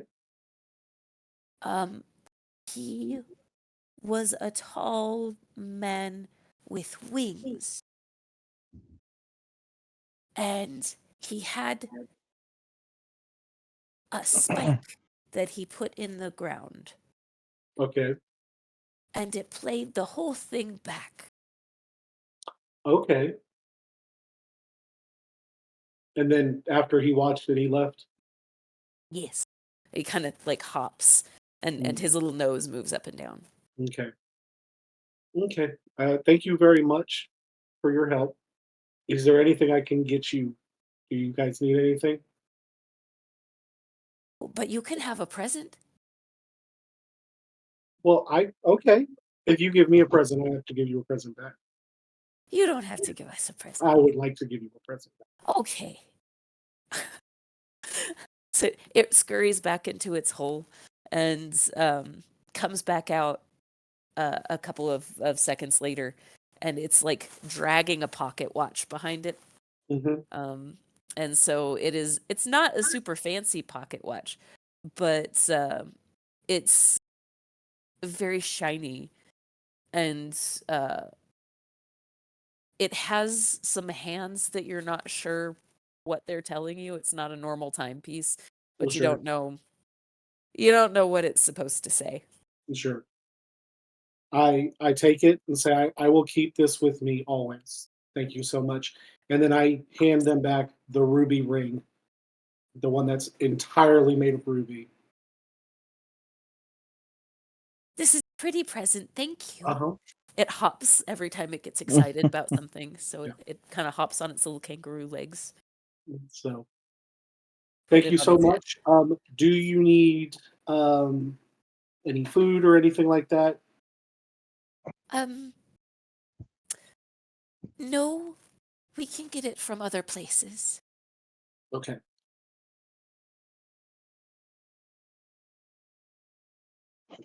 All right. Thank you so much for your help. I hope we meet again soon. I do too. If you ever need a hand, just call for the Nissers. We'll help. I'll tell people that Paul is nice. Thank you so much. And he'll kind of like curl his legs back under him and just roll back into the hole. Okay. I stand up. I remove the axe. I walk outside and I share the story with, or share what I know with the group. Basically, um, apparently a beast creature came in. The lady called it Pyron. It transformed to be more beastly. Then it grabbed her and flew off. And then this blue dude with wings came in with a spike, did some sort of hocus pocus, made the whole thing replay, and then flew away after he watched it. Great. But that doesn't explain the blood. Oh, the blood belongs to the creature. It came in and the blood got everywhere. So. Wow. Okay. Does the name sound familiar to anybody else? Not me. Nope, not me either. Local. Oh, native? Native, sorry. No, that guy? Mm-hmm.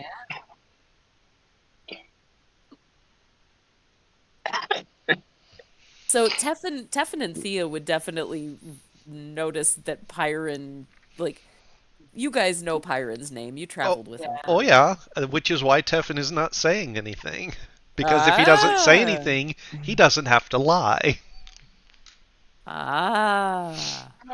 When Pyron like left us, I know like we just woke up in the morning and he was gone, but wasn't he like sick or something?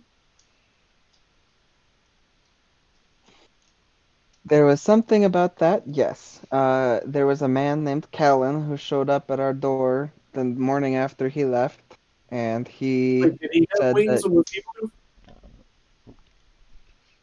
That's right. yep, That was the night you guys made me stop killing those folks.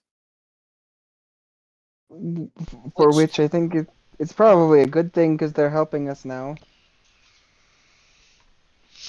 I look at Gilda and I'm like, hey, who's gonna be like living in this house now?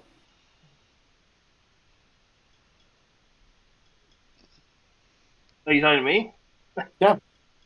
Oh, sorry. Well, it depends if we can find the owner or not. Okay, well, let's say you And can't find the owner. Is there anybody going to be taking care of the house while they're gone? Oh, I can ask around. I I was can ask about to around tell and you see if something.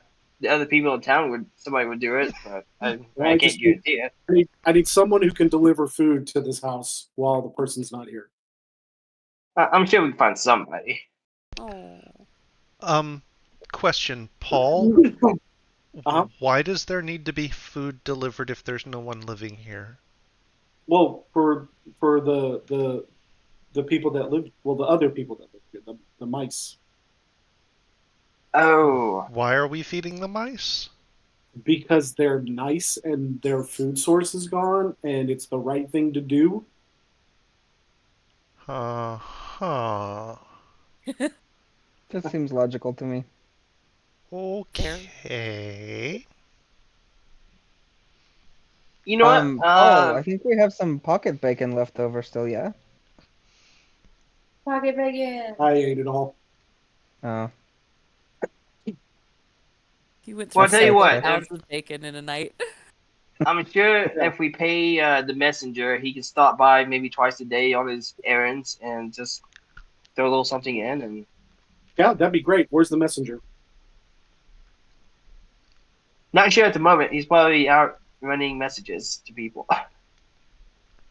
But we'll find him.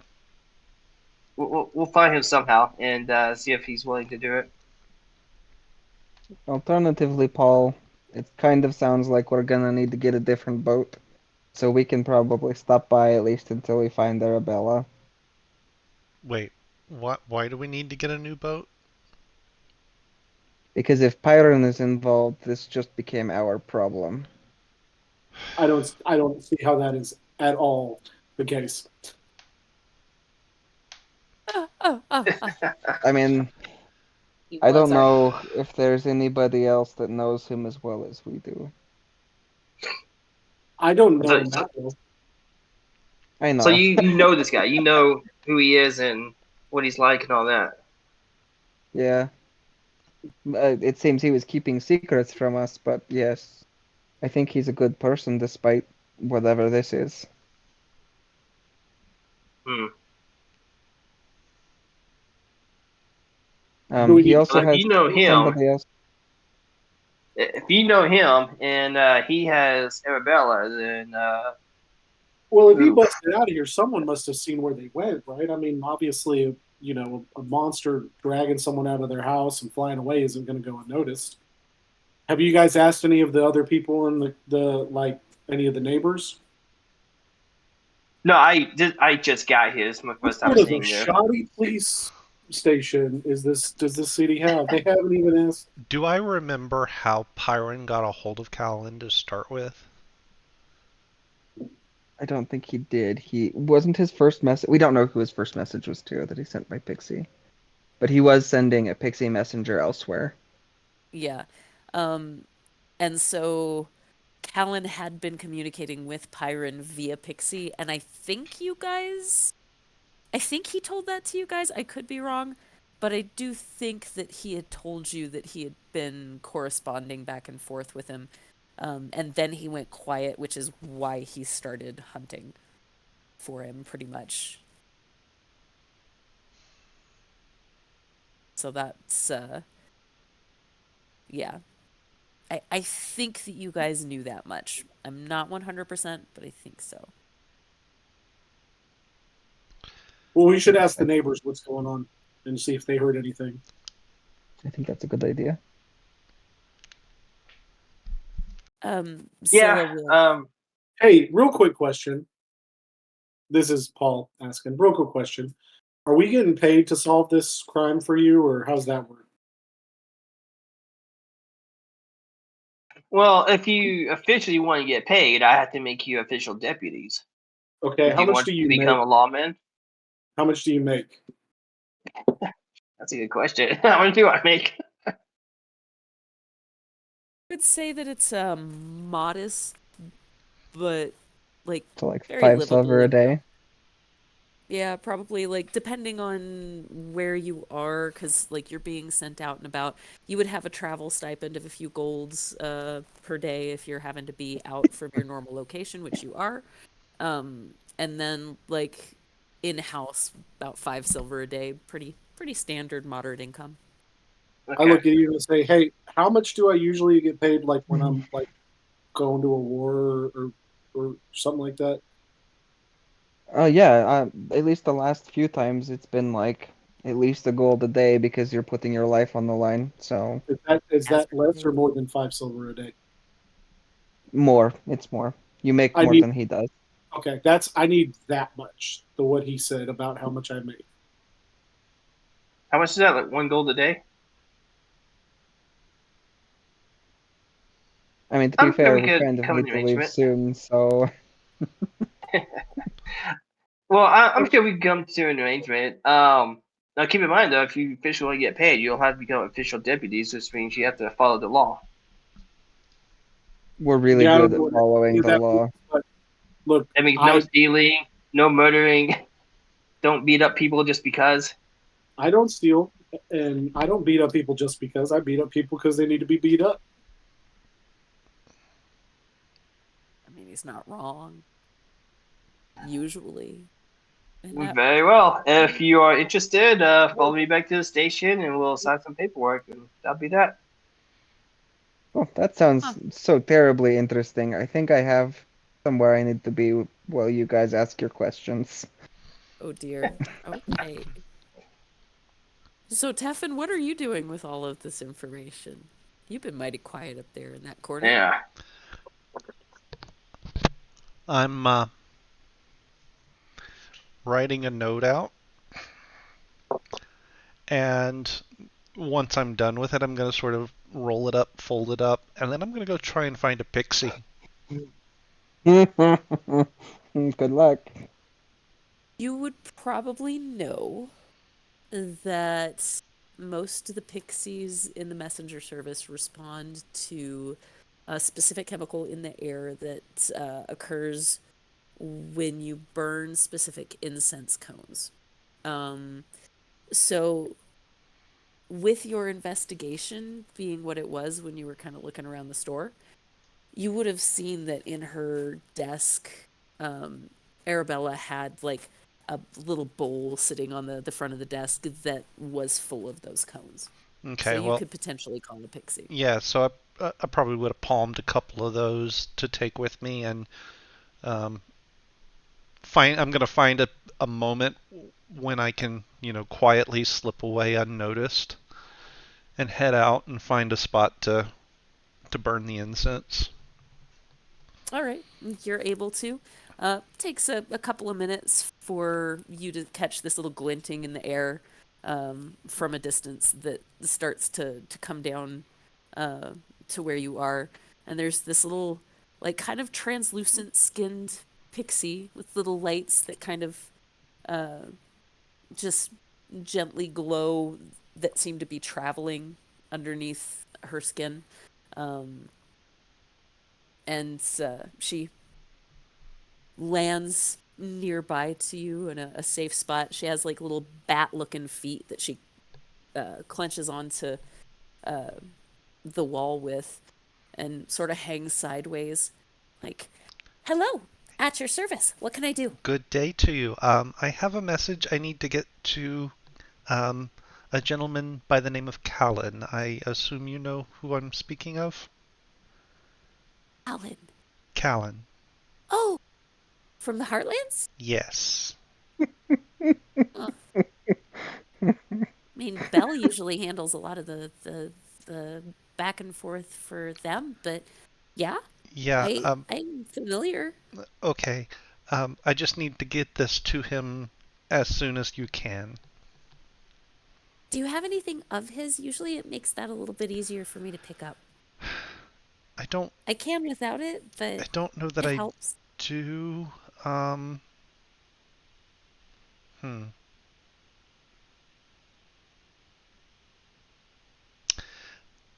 No, I don't know that I do.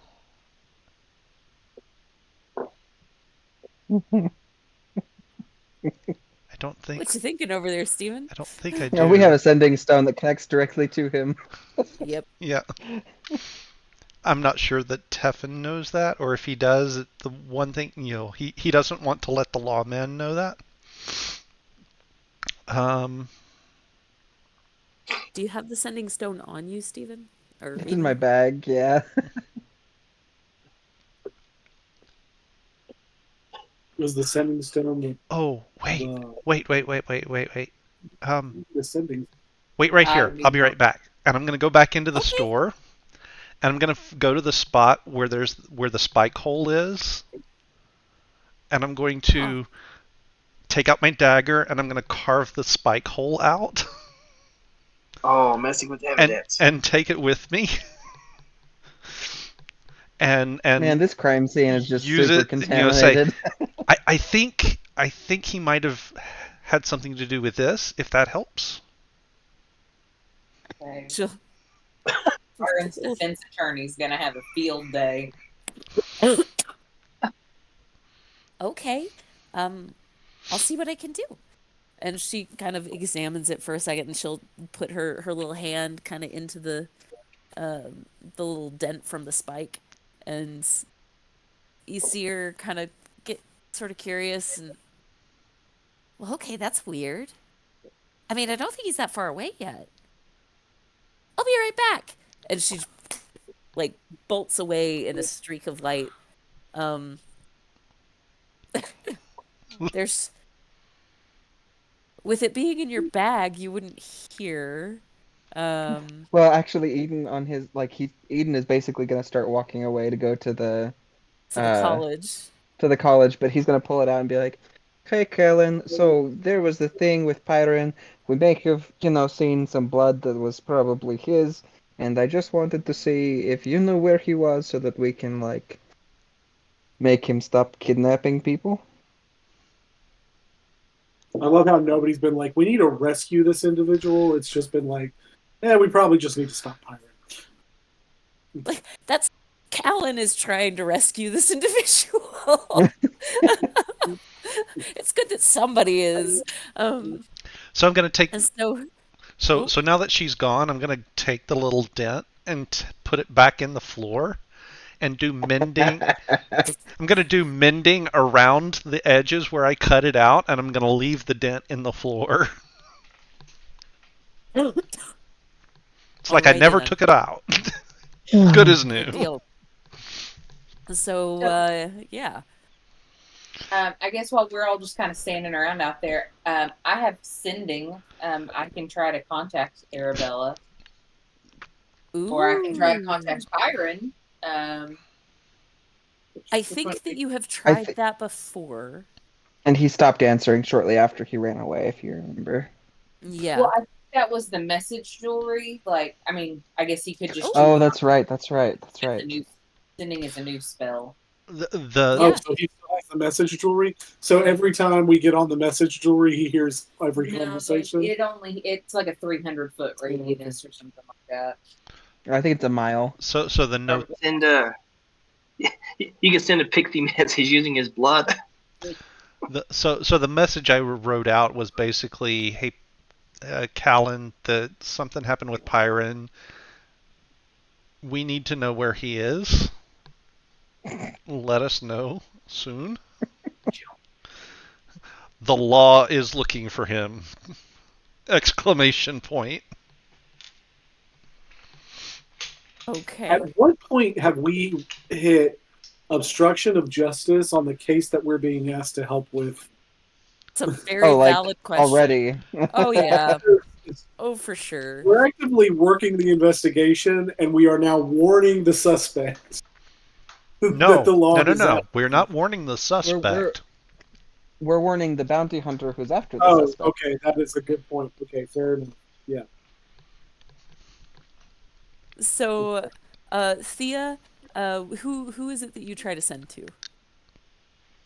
I guess I'm gonna try it on Arabella. Hopefully, she's still alive and not hurt. Gotcha. Um, I only have 25 words, so I'm just trying to organize my thoughts here. Spend them well.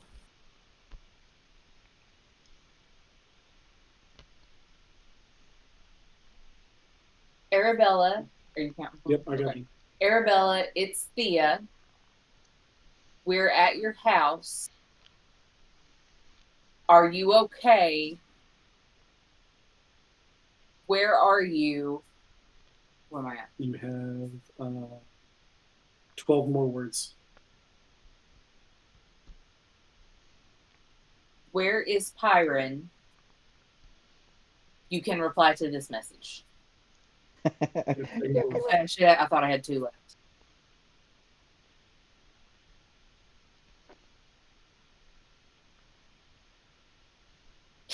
We miss you. We missed. So it takes a second, but you get back. I'm alive.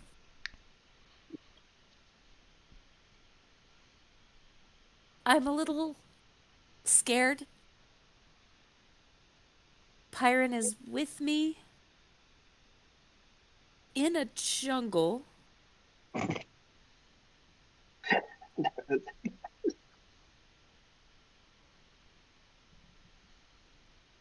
Trying to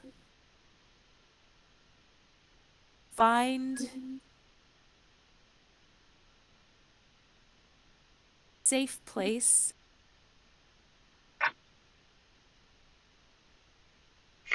Got hurt.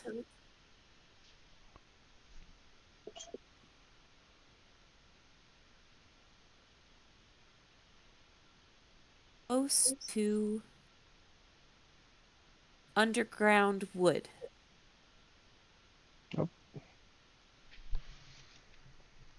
Close to underground wood.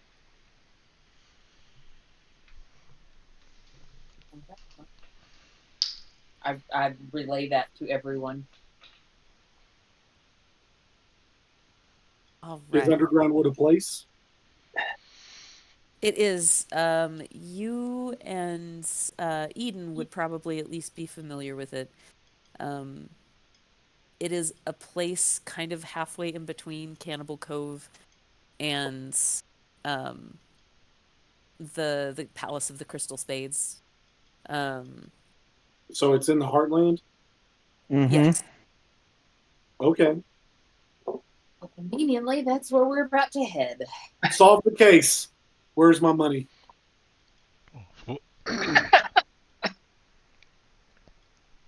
Well, you still gotta sign the paperwork. We You said haven't it's solved between nothing yet. Cove and where? What do you mean? We know where they are. We know what happened to them. What else do you want? We have to go get them. Now that's a rescue mission. That's a whole nother thing. This is all one case. Okay, how much I look at Eden again. How much did we get paid to rescue the prince? Eden's not there, and we didn't get paid. We got paid. Well, you don't get paid until you sign the paperwork saying you want to be a deputy.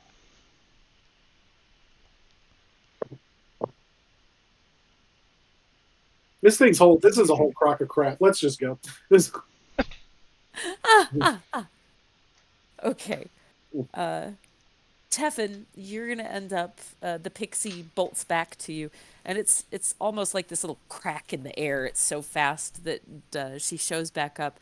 It takes a couple of minutes for her, but when she does show back up, um, she kind of looks at you funny, and she's like, "Did you have a friend that was talking to him too? He looked a little overwhelmed for just a second."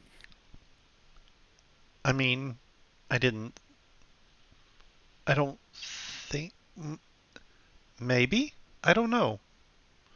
I didn't think anyone else was going to try and get a hold of them, but maybe they did.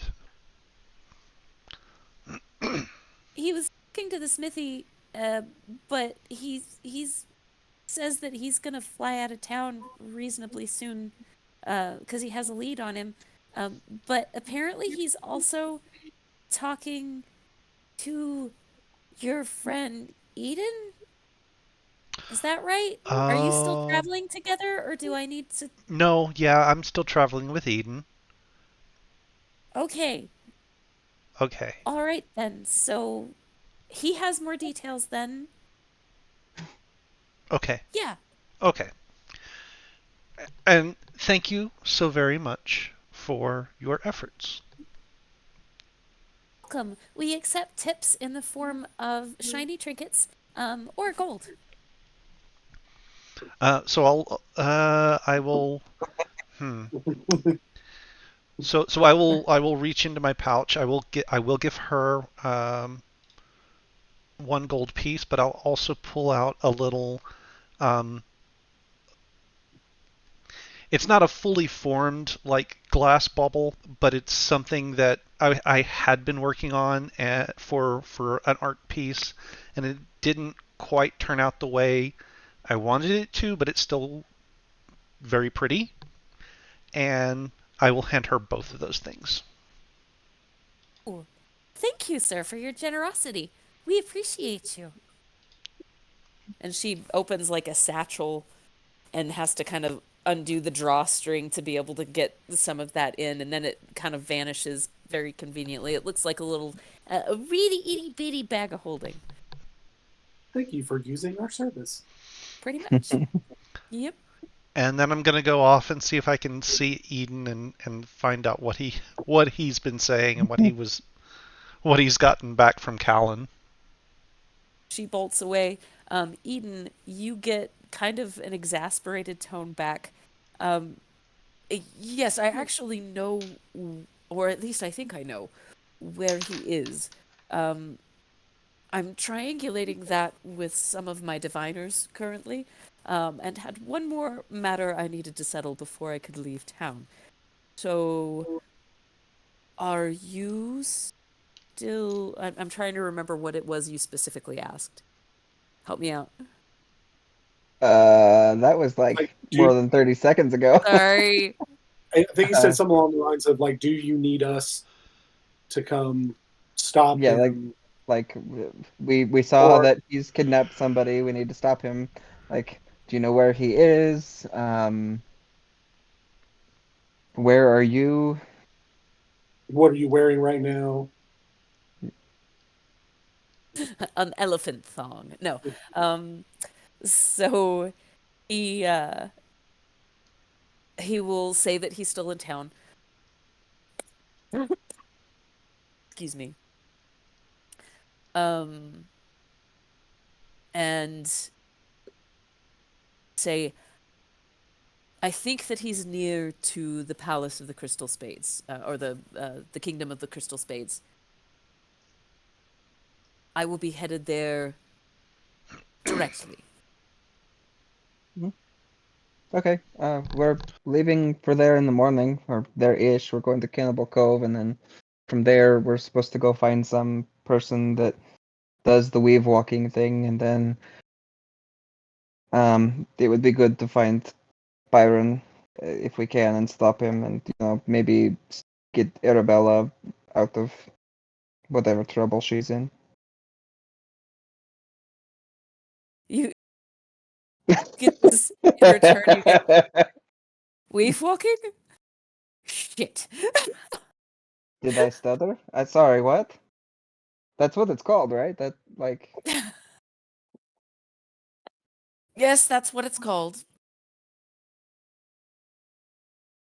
We'll cross that bridge when we get there. And it just kind of cuts off.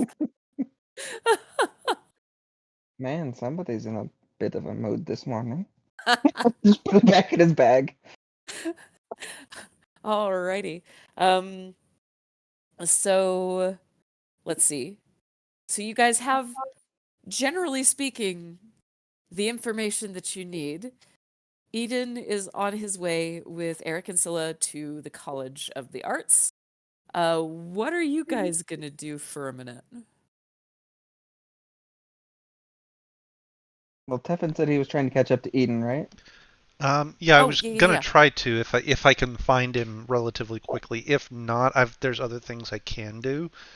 Um, Well, he told you where he was going, so Yeah. it wouldn't be hard. Um, like there's a reasonably decent sized building. It's not like what you would consider a university here, but there's a decent sized building that has uh, pretty much an educational emblem on the top of it that you can identify as being something um, where there would be different bard colleges, some basic different like trade school type or oriented um, skills classes, a few different academic endeavors there to um, kind of I guess it would probably be something along the lines of a community college looking sort of a thing. So, yeah, not okay, hard to find. so I'm just gonna touch base with Eden if I can, and sort of compare notes about what we've learned from Callan. Um, Okay.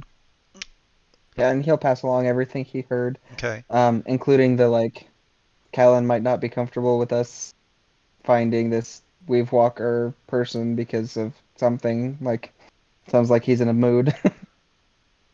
okay. Are we still looking to leave town first thing in the morning? Well, now that we have sort of a direction, I think so, yeah. Hmm. Okay, well, in that case, I probably need to get the wagon down to the docks. So, Oh, I think that Paul probably still has my money. So, uh, good luck. yeah, no worries. And then I'll leave and I'll go do that. I'll take the wagon down to the docks. Good deal. All right, so we will come back to that with pricing. If you want to kind of give me a rough estimate of how much space your cart takes up so that we can figure out what that would cost. Um, and then they'll figure in boarding the horse and figure in generally the space of a tent for you guys. Um, all right. So are you're going by yourself back to the docks? Probably. Okay. Thea, Paul, and Gildale, what are you guys doing?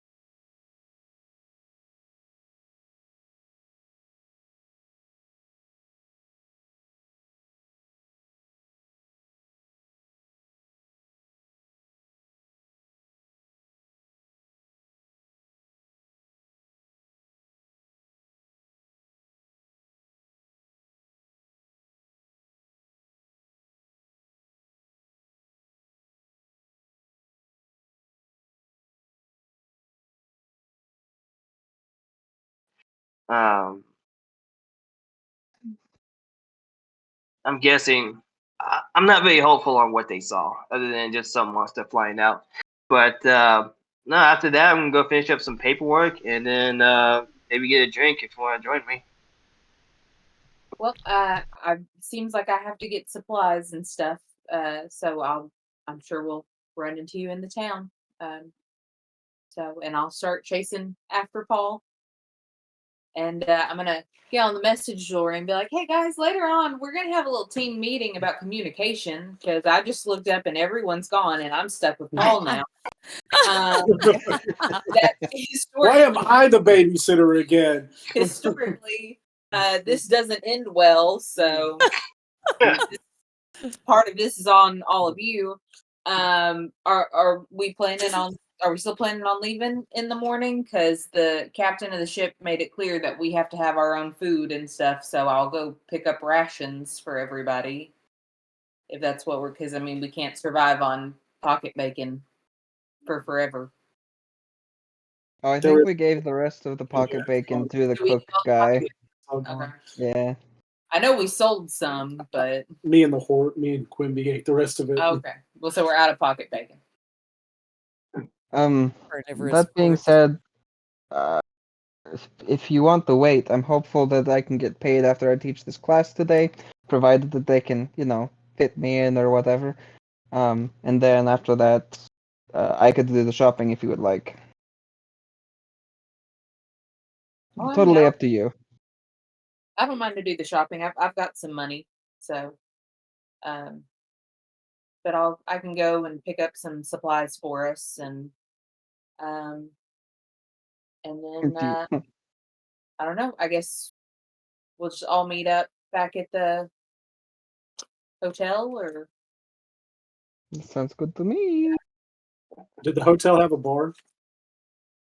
There would have been, yeah, there's it's not necessarily run by the same place, but it is right next door. So there is Oh. it is Yep. within stumbling distance very easily. well, we need to go grocery shopping for our trip and then I'll buy you a beer. How about that? Fine. Yeah, if you keep dragging that axe around, maybe I won't have to wait in line to like pick up our supplies. Sure. I don't like grocery shopping. I don't either. So all right, I'll go pick up like a few days rations for everybody. It is an easy thing Whatever. to do. It's, couple silver, you're able to get some decent like travel rations. Not a big problem. If you want Any them to be pretty fun darn Mm, any fun shops, let's see. There's the Laughing Mountain Brewery, which is apparently a favorite of Paul if he's still allowed still. Oh, you've been here before? Mm-hmm. Okay. Yeah. we're in Two Rivers. I can't remember where we've been or where we haven't been. There's Bespoke Cyclorium. I do remember that name though. Yep. There's a shop called Salty Licks, but I didn't write what it was. So I have no idea. But it's Well, called obviously Salty that's Licks. where we're going, right? We're going to Salty Licks. I think that maybe it's like a dive bar. Me and Paul bolt into to Salty Licks. All right. Crazy. I think that was like a kind of like B class dive bar where like the food is absolutely going to give you a coronary, but it's also really, really good. Like it's one of those hole in the wall kinds of places. Maybe that's where you met Poe, actually. I just don't have it written down what it was. But yeah, like it's the place that the locals go, but it's seedy as Angie's. hell. Oh, I mean, sure. I forget that that's kind of their slogan, isn't it? But yeah, it's definitely more. This is where locals eat. The place next to the inn, because it's like the nicest place in town, as Eden always makes sure of, is kind of. It's a little haughty for Paul's taste. This is definitely more his shtick. Yeah. So, yeah. I immediately am less unhappy. Sure. Good. Do you want to stay here while I go get Yes. the rest of the things? Okay. Will you stay here and wait for me to come back? I am not leaving this place ever. Well, we have to leave eventually, but all right, So- Stop setting expectations. Give me money for supplies. I throw her the bag of gold that Eden gave me. It's probably for the best. Yep. You're not wrong. And I'll give you. Do you still have the 3 golds that Gildan gave you, so you can pay for your drinks and No. food?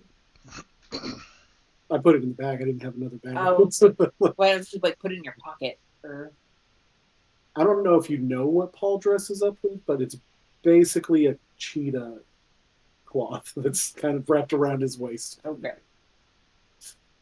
So I'll give him 3 gold to pay for whatever food and drink that he Damages to the. he does. Thanks. I walk up to the bar. I sling 3 gold. Is this enough for me to get drunk and eat as much as I want today? The bartender, who is like this crusty old man, you're not sure what race he is, but he's a crusty old man. Looks, his eyes get really wide, and he goes, yeah. And like everybody around him kind of shouts too, and it's like, absolutely. And Great. like, just kind of pours you a gigantic tankard of ale that is way bigger than a gnome should probably be drinking, but it's you, so you'll probably be fine. I Like, don't I'm want to see food. this. I don't want to see this tankard empty. I like your style. And it kind of looks over. Is like, what do you like to eat? Everything. Everything it is. And he kind of turns around and just shouts some random things that you have no idea what they are at the chef who's in the back and kind of snorts and laughs and starts making stuff. It looks like there is some arm wrestling going on. I kind of Yep, absolutely. There are some drunks in the corner that are accidentally the live entertainment, and they're singing very, very bad karaoke. It's fabulous. It's a really loud, raucous place. So to avoid long role play, you can all just assume that there is revelry and much fun had by Paul. good deal. Good deal. There will be some point when I'm a little far into my cups at this point that I have to take a seat, and I will actually pull out that antique pocket watch that was given to me with the extra hands on it, and I will kind of study it a little bit. Not that I know anything about magic items and stuff, but I do have an understanding of like mechanical stuff with my tinker tools. So, do I see like like the part where it needs to be wound up or anything like that? Yeah. Okay. So it winds. You can tell pretty easily where that is. And this. Have you seen Dark Crystal? Oh yeah, Mm. but yes. Skeksis. Okay. Yeah. So if you think about the thing that Morgra had, if that I think that's her name. Yeah, are you talking about the like her telescope thingy with all the Landed. planets and stuff? Yeah, Ori. yeah, I don't remember. Yeah, Orrery. yeah. It's kind of like that, but in pocket watch form. And Okay. there are 7 different spiraling hands that kind of align differently around one base. So that is what this looks like, and it seems to move reasonably slowly. Like it, some of the hands seem to move pretty comparably to what you would expect for just a normal pocket watch. And then some of them seem to move far more slowly, and there are different spots where like there are lines that will line up when the gears hit a specific spot in orientation to each other, as though to mark like a specific alignment of all of the different things that might be special. So yeah. Okay. Well, I get up and kind of stare at it and look at it and admire it, and it's in good working order. No, doesn't Yeah. seem like there's any issues. Okay. I mean, it's a little bit banged up around the outsides, but yeah, it's even with that, like it's still a really pretty piece, and seems to be keeping time just fine to your knowledge. For whatever time it's keeping. for whatever time it's keeping. Exactly. 1 second per second. Exactly. So, All right. I wasn't sure if like I was going to turn it back and then all of a sudden like it exploded or something like that. So I was kind of excited to see what was going to happen. The time turn. You go back in time. Oh god, that's the last thing Paul needs. There might be some cool things that happen with that, but you don't know them yet. Yeah. So Eden, you are headed to the college with the other two. Uh, Unshockingly, as you get closer and there are students afoot, uh, Eric catches a whole lot of eyes, as do you. Still a some, but to a lesser degree than you two. So it's an odd thing, kind of sharing that attention, but yeah, there's a lot of sudden interest as you kind of come onto the campus space there. Looking for anybody in particular that you... He spoke to somebody before about setting this up. I don't remember who that was. It was a long time ago. We'll just say that their name is Ted. All right, so I'm looking for Mr. Bundy. Oh. You're looking for Mr. Ted to set up Cruz? a talk. Yeah, that Kinda, counts. actually. All right. Yeah. Looking for Ted to set up a talk. And he was the music instructor that owned the instrument shop. Am I Yeah. making that up? Okay. So, you're able to find him. He's actually teaching a couple of students lute at the time, so it's pretty easy to find him. Small school, there are a handful of people doing different things on board, but he'll pause his students and, okay, just I'll have you practice. I'm gonna talk to this gentleman. And he'll Will walk bow, over and give his normal, over the top introductions. cool. Uh, I have returned as we discussed on my way back through. If there is interest, I would like to be able to teach my master class. If, of course, the timing is a little difficult. We are only passing through. We are leaving in the morning. But if you have interest, I have talents to share. In discussing with some of my students the idea of a masterful musician coming in to teach some of his craft, we have had some interest, and there are some people who would just want to be in as onlookers. So I have about 15 students that would absolutely love to learn, depending on your pricing, of course. And there are a good deal of of people that would be interested in just watching, seeing as you seem to have left an impression. Pricing can be flexible, and in fact, if somebody would be willing, or if the school or however this works, would just be willing to pay for our hotel for the night, that would be sufficient. Oh, well, we could certainly do that. Um, is there a space that you would particularly prefer to stay?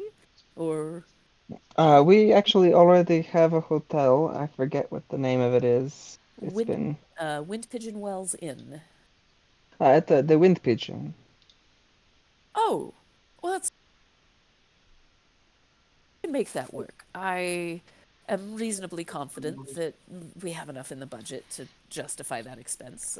And you're sure it doesn't bother you to do that?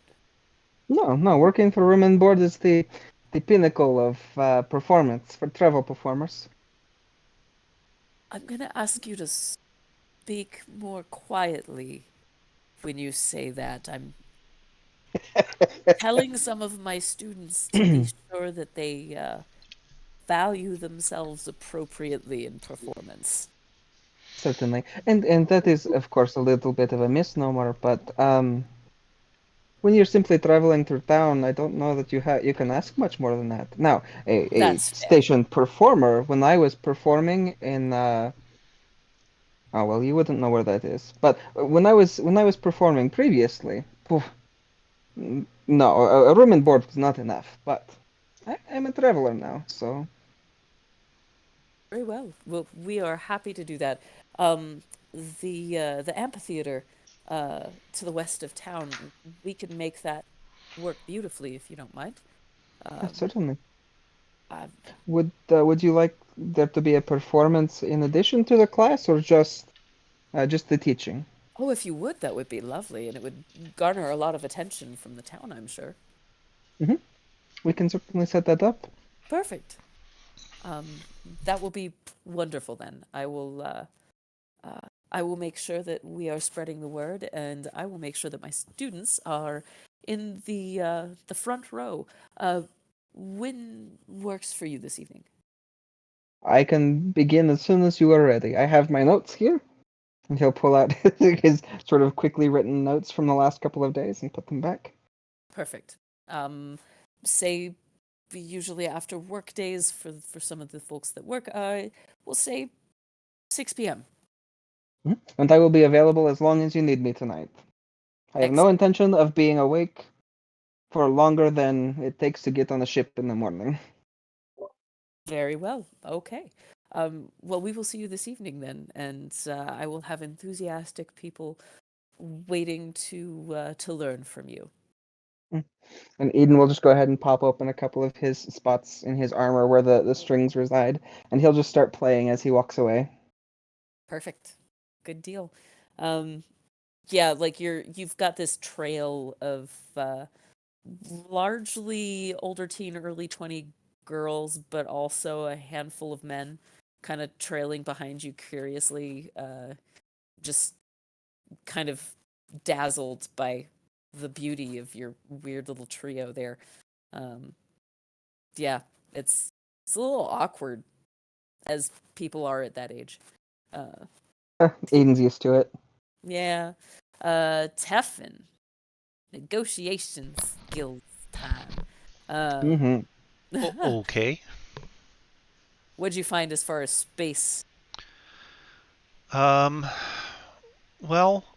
I figure the wagon is probably about 25 feet long, roughly 15 feet wide, and 15 tall. Big ass wagon. I've been thinking this thing is a lot smaller. No, not really. Oh It's dear. extra dimensional only in that it has two interior spaces, but it 25 feet. Damn, Gina. I mean, that's 5 squares long by 3 squares wide. Huh. Huh. I kind of assume. I mean, let me double check, but that I kind of assume that's what it's going to be. Like, I think that might make it. That's like the size of a room. What's that? I think that someone is listening to what I just sent. That's the song that Eden is humming as he's walking. He's not Oh, singing the words, but I mean, it doesn't have any like particular size listed. practically, I think that has to shrink down just. Oh, excuse me. Oh, okay, maybe not. Maybe that is a little size, a little large size. Um, That's a bit of an oxymoron, but yes. Um, okay, so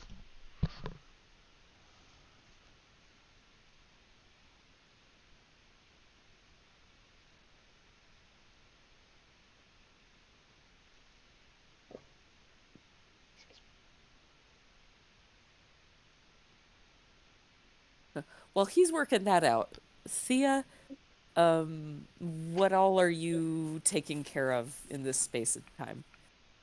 Um, so like, rations, I think you said just a couple silver for Yeah. everybody. And then Unless you Uh, want them to be really upscale, and then you could go with a couple gold, and they'll be really nice. okay, yeah, we'll do that. Okay. I've got gold for that.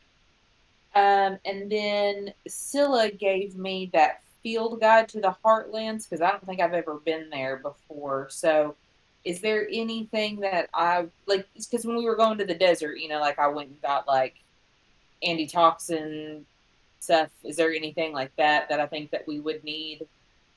Like I got So sunscreen because I'm a drow. there are some different things that are supposed to be repellent to specific kinds of predators. So there is wind hyssop is supposed to be really good to help. It's an off-putting odor to the jubjub birds, and that's a good thing. You don't necessarily want to come across those. Um, there are a few other things that you feel like might be useful. There are questing beasts in the Heartlands, and there are some different things that you can put together that would be helpful for that as well. More as a repellent. They're not inherently evil, but they are gnarly in a fight, and they are wild animals, so they often behave as such. Um, so yeah, there are some different tinctures and things like that that while it is not their intended use, as there are not questing beasts on this plane, can be used in a pinch to help deter uh, their uh, their interest. So Okay. so Um, you're so I want to pick up some of those things if that's something I can find. yeah. So let's say like the wind hyssop is just effectively a grocery, so you could pretty well call that like that would just be a few copper, so that's not worth dealing with. The tincture that would be really useful. It is also something that, um, excuse me, it could be used as a poison uh, that you might be able to lace on to a weapon for an extra D4 damage. Um, but that as a deterrent is also going to that'll cost you probably 5 gold for 2 bottles of it, and a bottle would probably get you about 5 applications if you were going to Okay. use it for weapons. 10 if you're talking arrows. Okay. So, okay.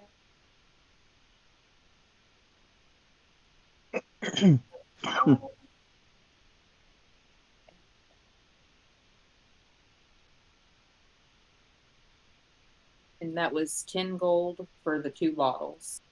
And you said it could be used as a deterrent for what kind of beast? Questing beasts. Yeah, we don't want to deal with those if we can help it. Okay. So I'm gonna get those 2 bottles. Um and then just like the like little herbs and stuff. Is there any like magic shops around? I've got 4 healing potions. I don't know how Uh, everybody else is doing. Yeah. I've got one healing potion and like a bunch of rations. yeah, pharmacopoeia potions is there. Okay. So you could secure some if you needed. Um, Any magical item stores? I'm still quite squishy. There's you're still Arabella's. There's what? there is Arabella's. There were some magic items in there. Depends on how you feel about stealing from somebody who's been kidnapped. But Not if technically you you know are I'm going to find her, so um If she's anybody else that could open that shop. Maybe I'm looking for clues. um actually you probably would know that she did have a work associate that is not currently there. Like she wasn't there this morning. Um but what you do with that information is up to you. Let's see, what else? You're specifically interested in something that's going to make you less squishy? Yeah. I can't wear armor. So. Okay. So, what else do we have? It wouldn't be there.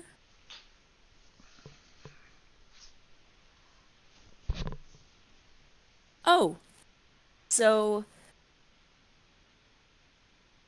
roll me an investigation or a perception check. See if you notice this. I love guidance. Myself. 15, 18, 23. Okay. So there's a place called the Nimble Thimble, and there are several different places or several different pieces of clothing that are in the window that don't look like normal clothing. They are definitely fabric, but on first glance, if you looked, you would just be like, oh, that's special. There's something about that that's really unique. So like you're looking at some things that definitely have high potential to be magic items. Okay. Yeah, I'll go in there. Okay. So I did not prepare for you an item. After this, no worries. However, there is a really, really beautiful cloak that has all of this interesting, like, it almost looks at a distance like an aspen forest. It's very kind of silvery white, with these flecks of oranges and reds and things like that, and shimmers in the light. And that I am going to create a magical item around that that is going to help you out a little bit. And I will make it worth the price. Let me see what look and see what armor costs. Well, if it's considered armor, I can't wear armor. It's not, but I'm just looking for a quick reference to see, like. No, I can. Why do I have? Can you? I mean, I imagine probably not heavy armor. No. You might have to stay to light armor. I think it's I think I can do light armor. Okay. So you just can't cast in anything you are not proficient with Right. Yeah. in 5e. So that does open up normal, like, leather, although you probably already have leather armor in your starting gear. Or and wear light armor. That's it. Okay. So this this particular cloak is going to run you 75 gold. But it is going to give you a little bit of a bump of AC and probably another small special feature to it as well. I shall take it. Good deal. We will work out the details on that later. Sure.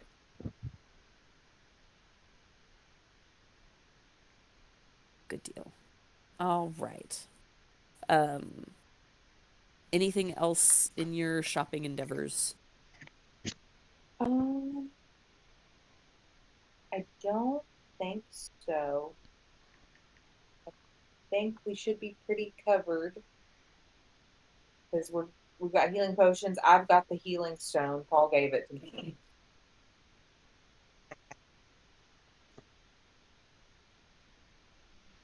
Do they have it? Is there any transcription ink in the shop? You can find that pretty easily. Trying to remember how much that usually costs.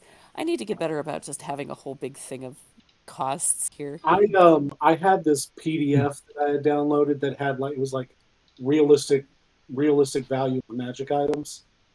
That'd be I'll see if I awesome. can hunt it down and I'll send it to you. That'd be If I could fabulous. reference, and then based on like in the chart, like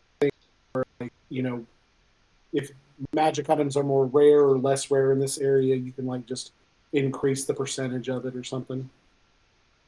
So, but it just gives like a baseline price and a standard magic items. Okay, good deal.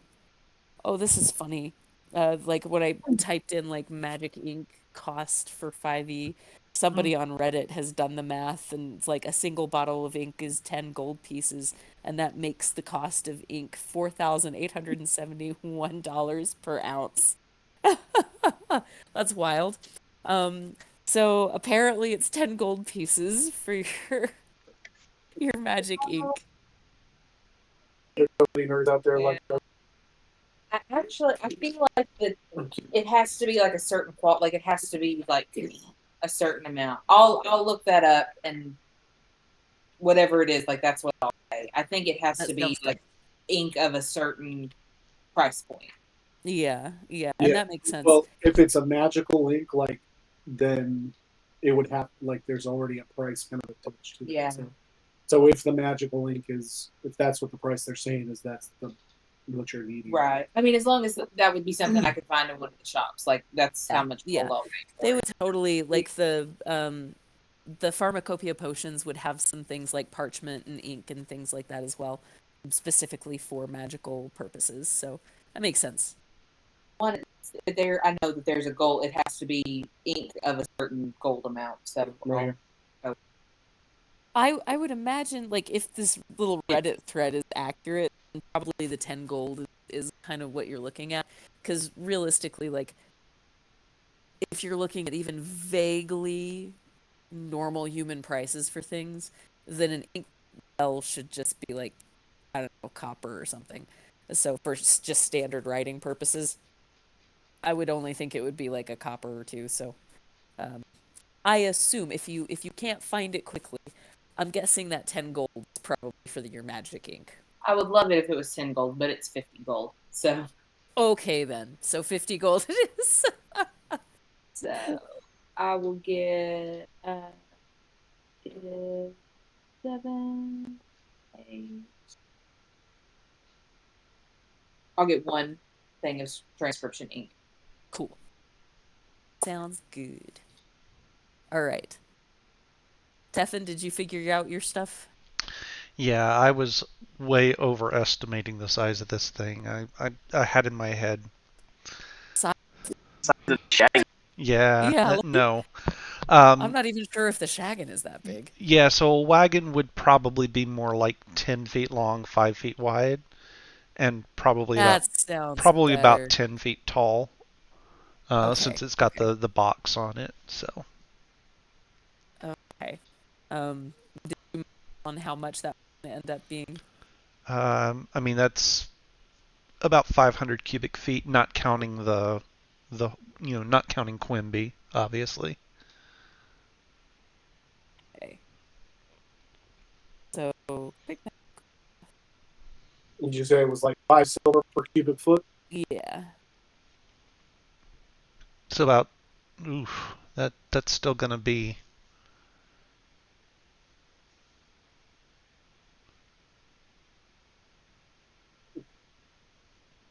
That'll equate to 250 pieces. yeah. Yeah. Which for you be able to talk him down. But also you're traveling to a whole different plane. Well, not plane, but Like layer of the day. plane. I don't know. Yeah. 250 gold. That's just for the cart. That's not counting the rest of us. Yeah. So you'd probably be looking like if you're wanting to be able to set up a tent, although maybe you can work it out so that We could say we'll pay him 150 gold pieces for the big, and then when we arrive safely, we'll pay him the rest. and then we could just murder everybody on the ship. Um, There are a lot of people on this ship. It's a big ship, but I mean, it's not impossible.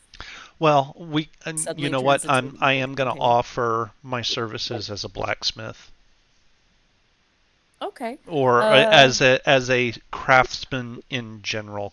Um, Blacksmithing, tinkering, things of that nature, anything that might need doing, leatherworking, if part of cool. that's necessary. I have all of those skills available. Okay. So, roll me a persuasion with advantage, because there's enough stuff going on here that that would be useful for. Would it be possible for me to get a police discount on stuff? Well, Makes the except you're precinct not pay there. for it. You mean a bribe? 22. I'm just kidding. 22? Oh, that's not bad. Um, to answer your question, like, there might be some perks involved, but with you not being there, you probably wouldn't be able to help with the negotiations. Um, Keith, he will say that he will throw in the ability to have a small tent in a space like his first mate kind of gave him a couple of ideas of different ways that they could, like places that they could put you that would be sort of out of the way. Um, and so with your offer, um, he could be okay with 250 gold total, Okay. uh, and having that include like the livestock boarding and um, letting you pretty much use some of the unused deck space at night for a tent. Okay. So just the straight 250. All right. I will. Uh, I I will go to the lockbox in my wagon and pull out 250 gold pieces and All and right. pay it. You are um, now secure to voyage for the next morning uh, with the good ship Valency. All right, good deal. So, yeah, you get that settled, no problem. Pyron, you're able, not Gildale, you're able to take care of your paperworkage and all of that kind of stuff. Um, Okay, question for you. uh-huh.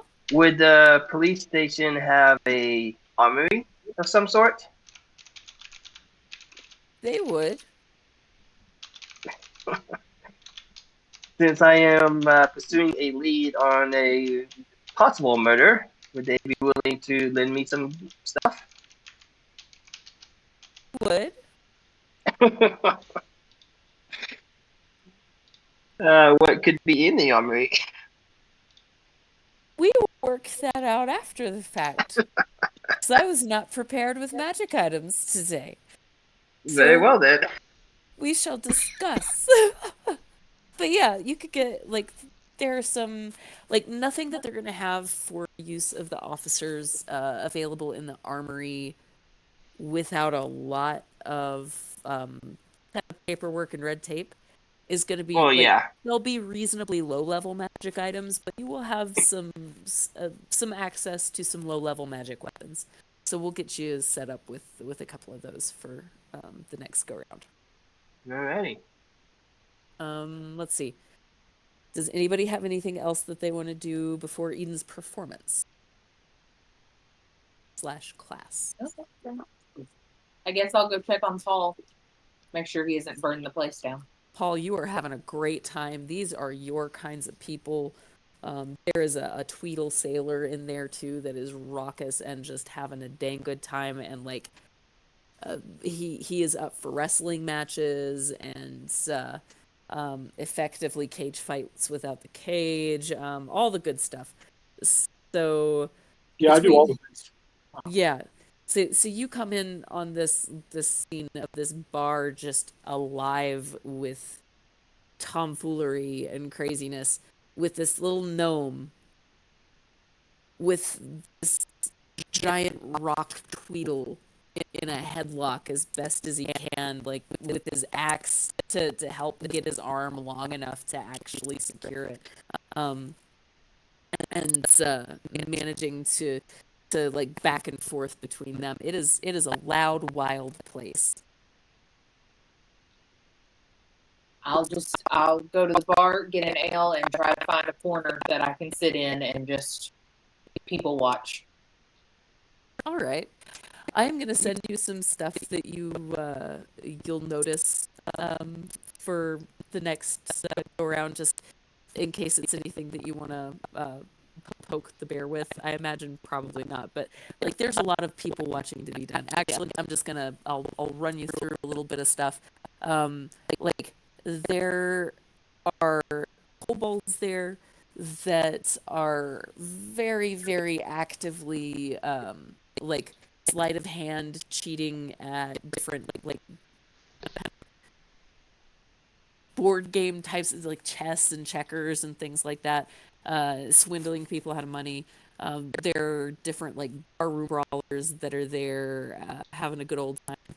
There's a lady who very clearly looks like she is a 152-year-old witch. Um,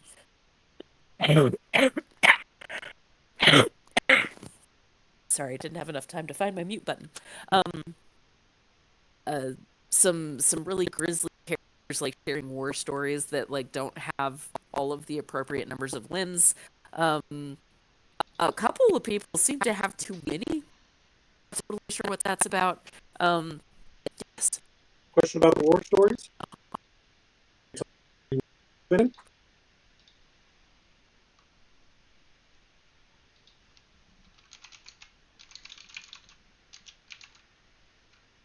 about that.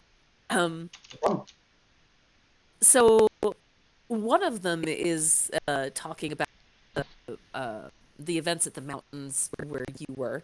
The other, there's one guy who he doesn't look like a Tweedle, but he does look kind of adjacent to that, like maybe a cousin creature to Tweedles. Who is talking about when the hells spilled over. He is apparently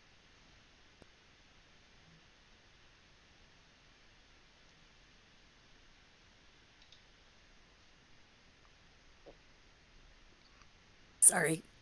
okay. Okay, I think I can talk again without coughing. Okay, so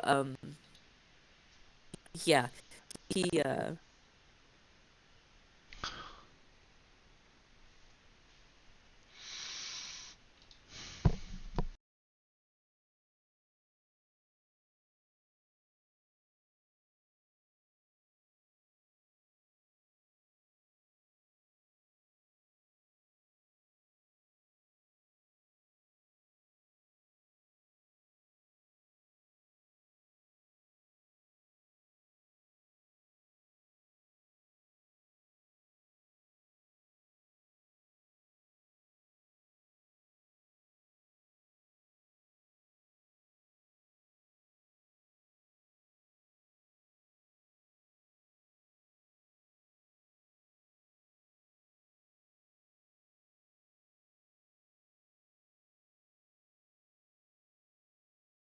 with them, they just fully embrace your presence at the table.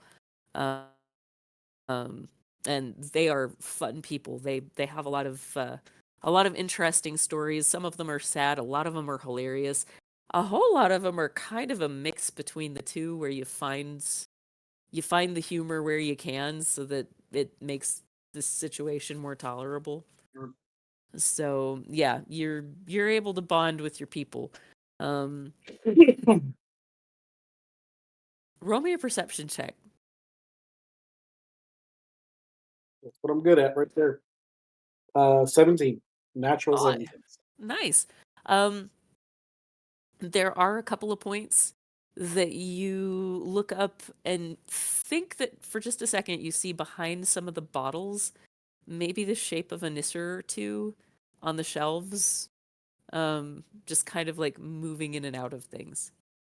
So, Okay. yeah. I try to with some of the food and stuff that's I've been getting throughout the night. I make sure to like leave some like pieces of food and stuff in spots where I'm thinking I'm seeing them kind of move past. Okay. You will notice that they tend to tuck behind things and stuff like that. So if you're leaving them in leaving little tidbits in spaces that are close to little holes in the wall or gaps under furniture, stuff like that, like you'll look back up every now and then whatever you left will be gone. Um, yeah. So yeah, excellent. Um, so yeah, you're able to have all of that go on. Eden. Um, so into your evening, uh, is there anything else that you do to kill time during the day in between? Kind of go on walkabout through the town and see what there is to see. I saw the picture. Did you so much? You're on mute. Sorry. No He'll worries. keep his sending stone out just in case. Um, Discord went down, Keith? Yeah. No, I'm back. Oh, okay. Um, Oh, yeah, no, he'll just be on a walk around with the sending stone in hand so that he can hear if Callan decides to get back with him. Okay.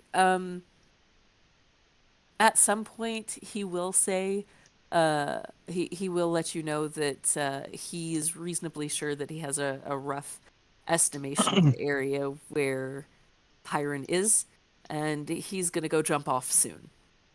So We'll be there as soon as we can. We're leaving in the morning. Most of us can't fly. that's fair and unfortunate. I will try to keep things as contained as I can, and see if I can perhaps head them off at the pass. Good luck. You as well. And yeah, he'll go on about his own mission there. So the evening comes. You get to go out to the amphitheater. The acoustics are actually really good. They've built kind of almost a wooden, it looks like a wave, Hmm.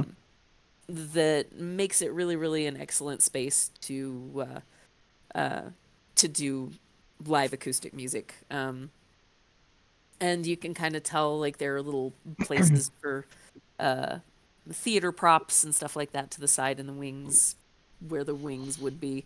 Um, Right. so yeah, uh,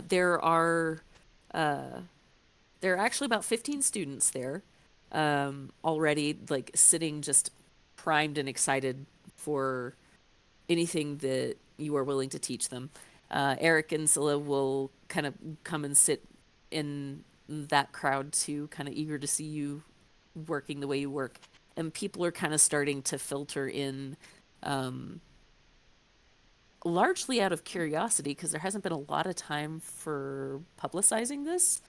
They can kind of see that something's going on and they just kind of wander in. Some people seem to know that there's something happening that they would be interested in.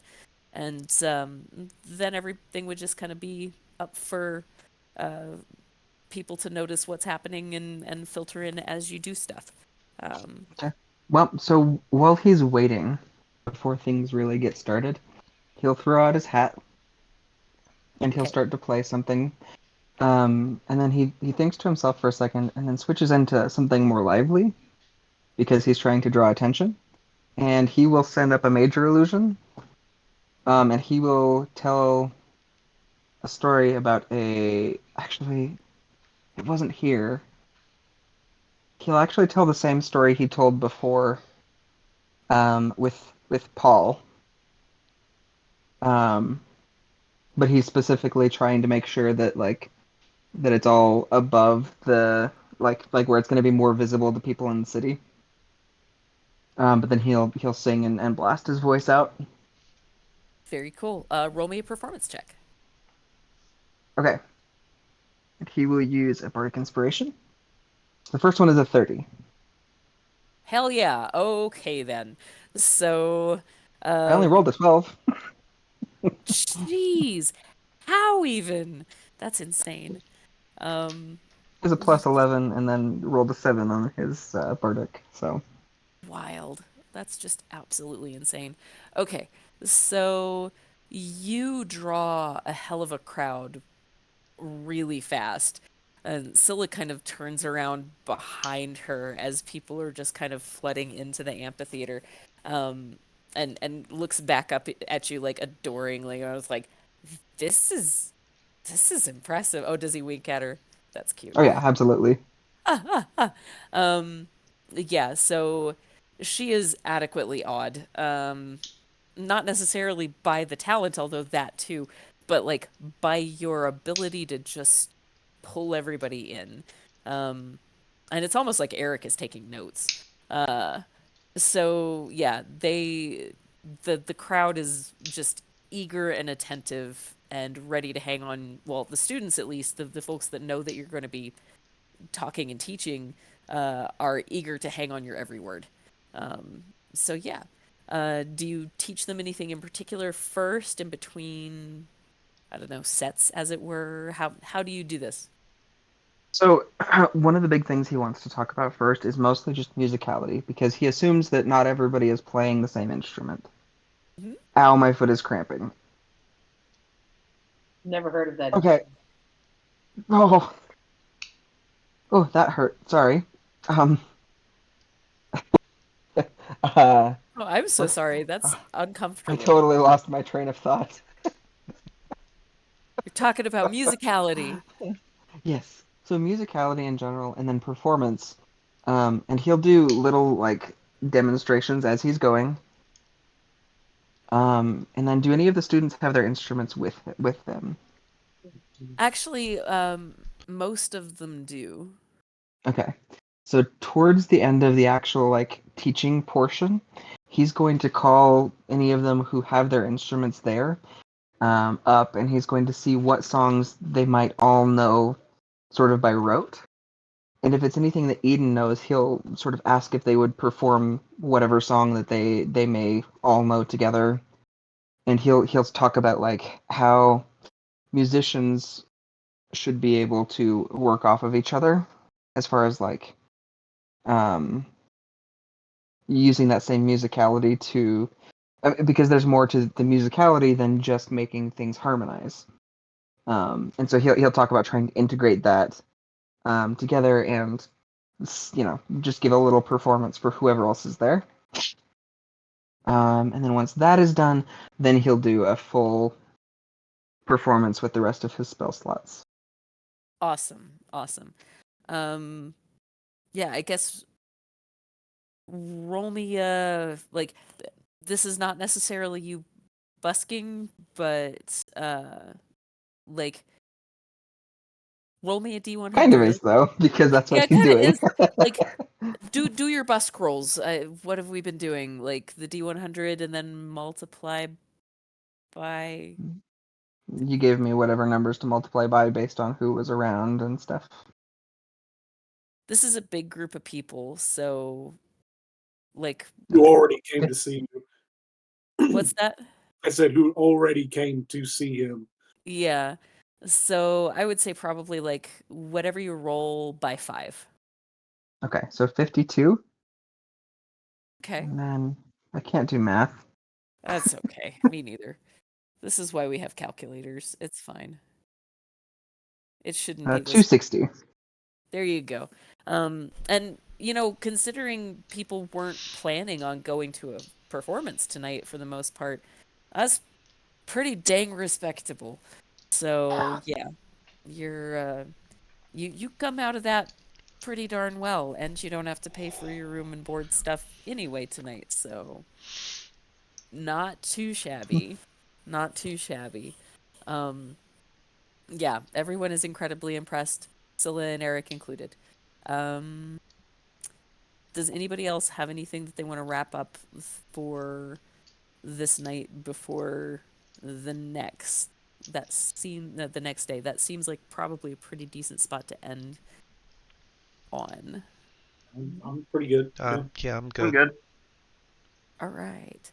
So, yeah, you guys are able to go back. Well, Paul, are you gonna just be hanging out at the bar all night? Because it's gonna be open until the wee hours. Yeah, I mean, basically until I'm either too drunk to do anything but pass out, or until I get kicked out, or whatever the case may be. Roll me a con save. Constitution. Finally, something I'm good at. Hey, you've been rolling pretty decently tonight, all considered. I mean, I've had some good rolls. I had one really, really bad one. So, it's kind of, evened itself in a little bit. Oh, two really, really bad ones. Oh, Natural one. what? For a Oh, con wow. save. So you make it for a little while, but Thea, somewhere around 10 p.m., which is surprisingly early for Paul to be tapping out, um, Yeah. he is sloppy drunk. You're not sure what it was that crusty old bartender gave him, but you can smell it from like 3 feet away, and he is stumbling over himself, incoherent, stupid drunk. And at a certain point, like as he's walking back from the bar to the table full of his fellow veterans,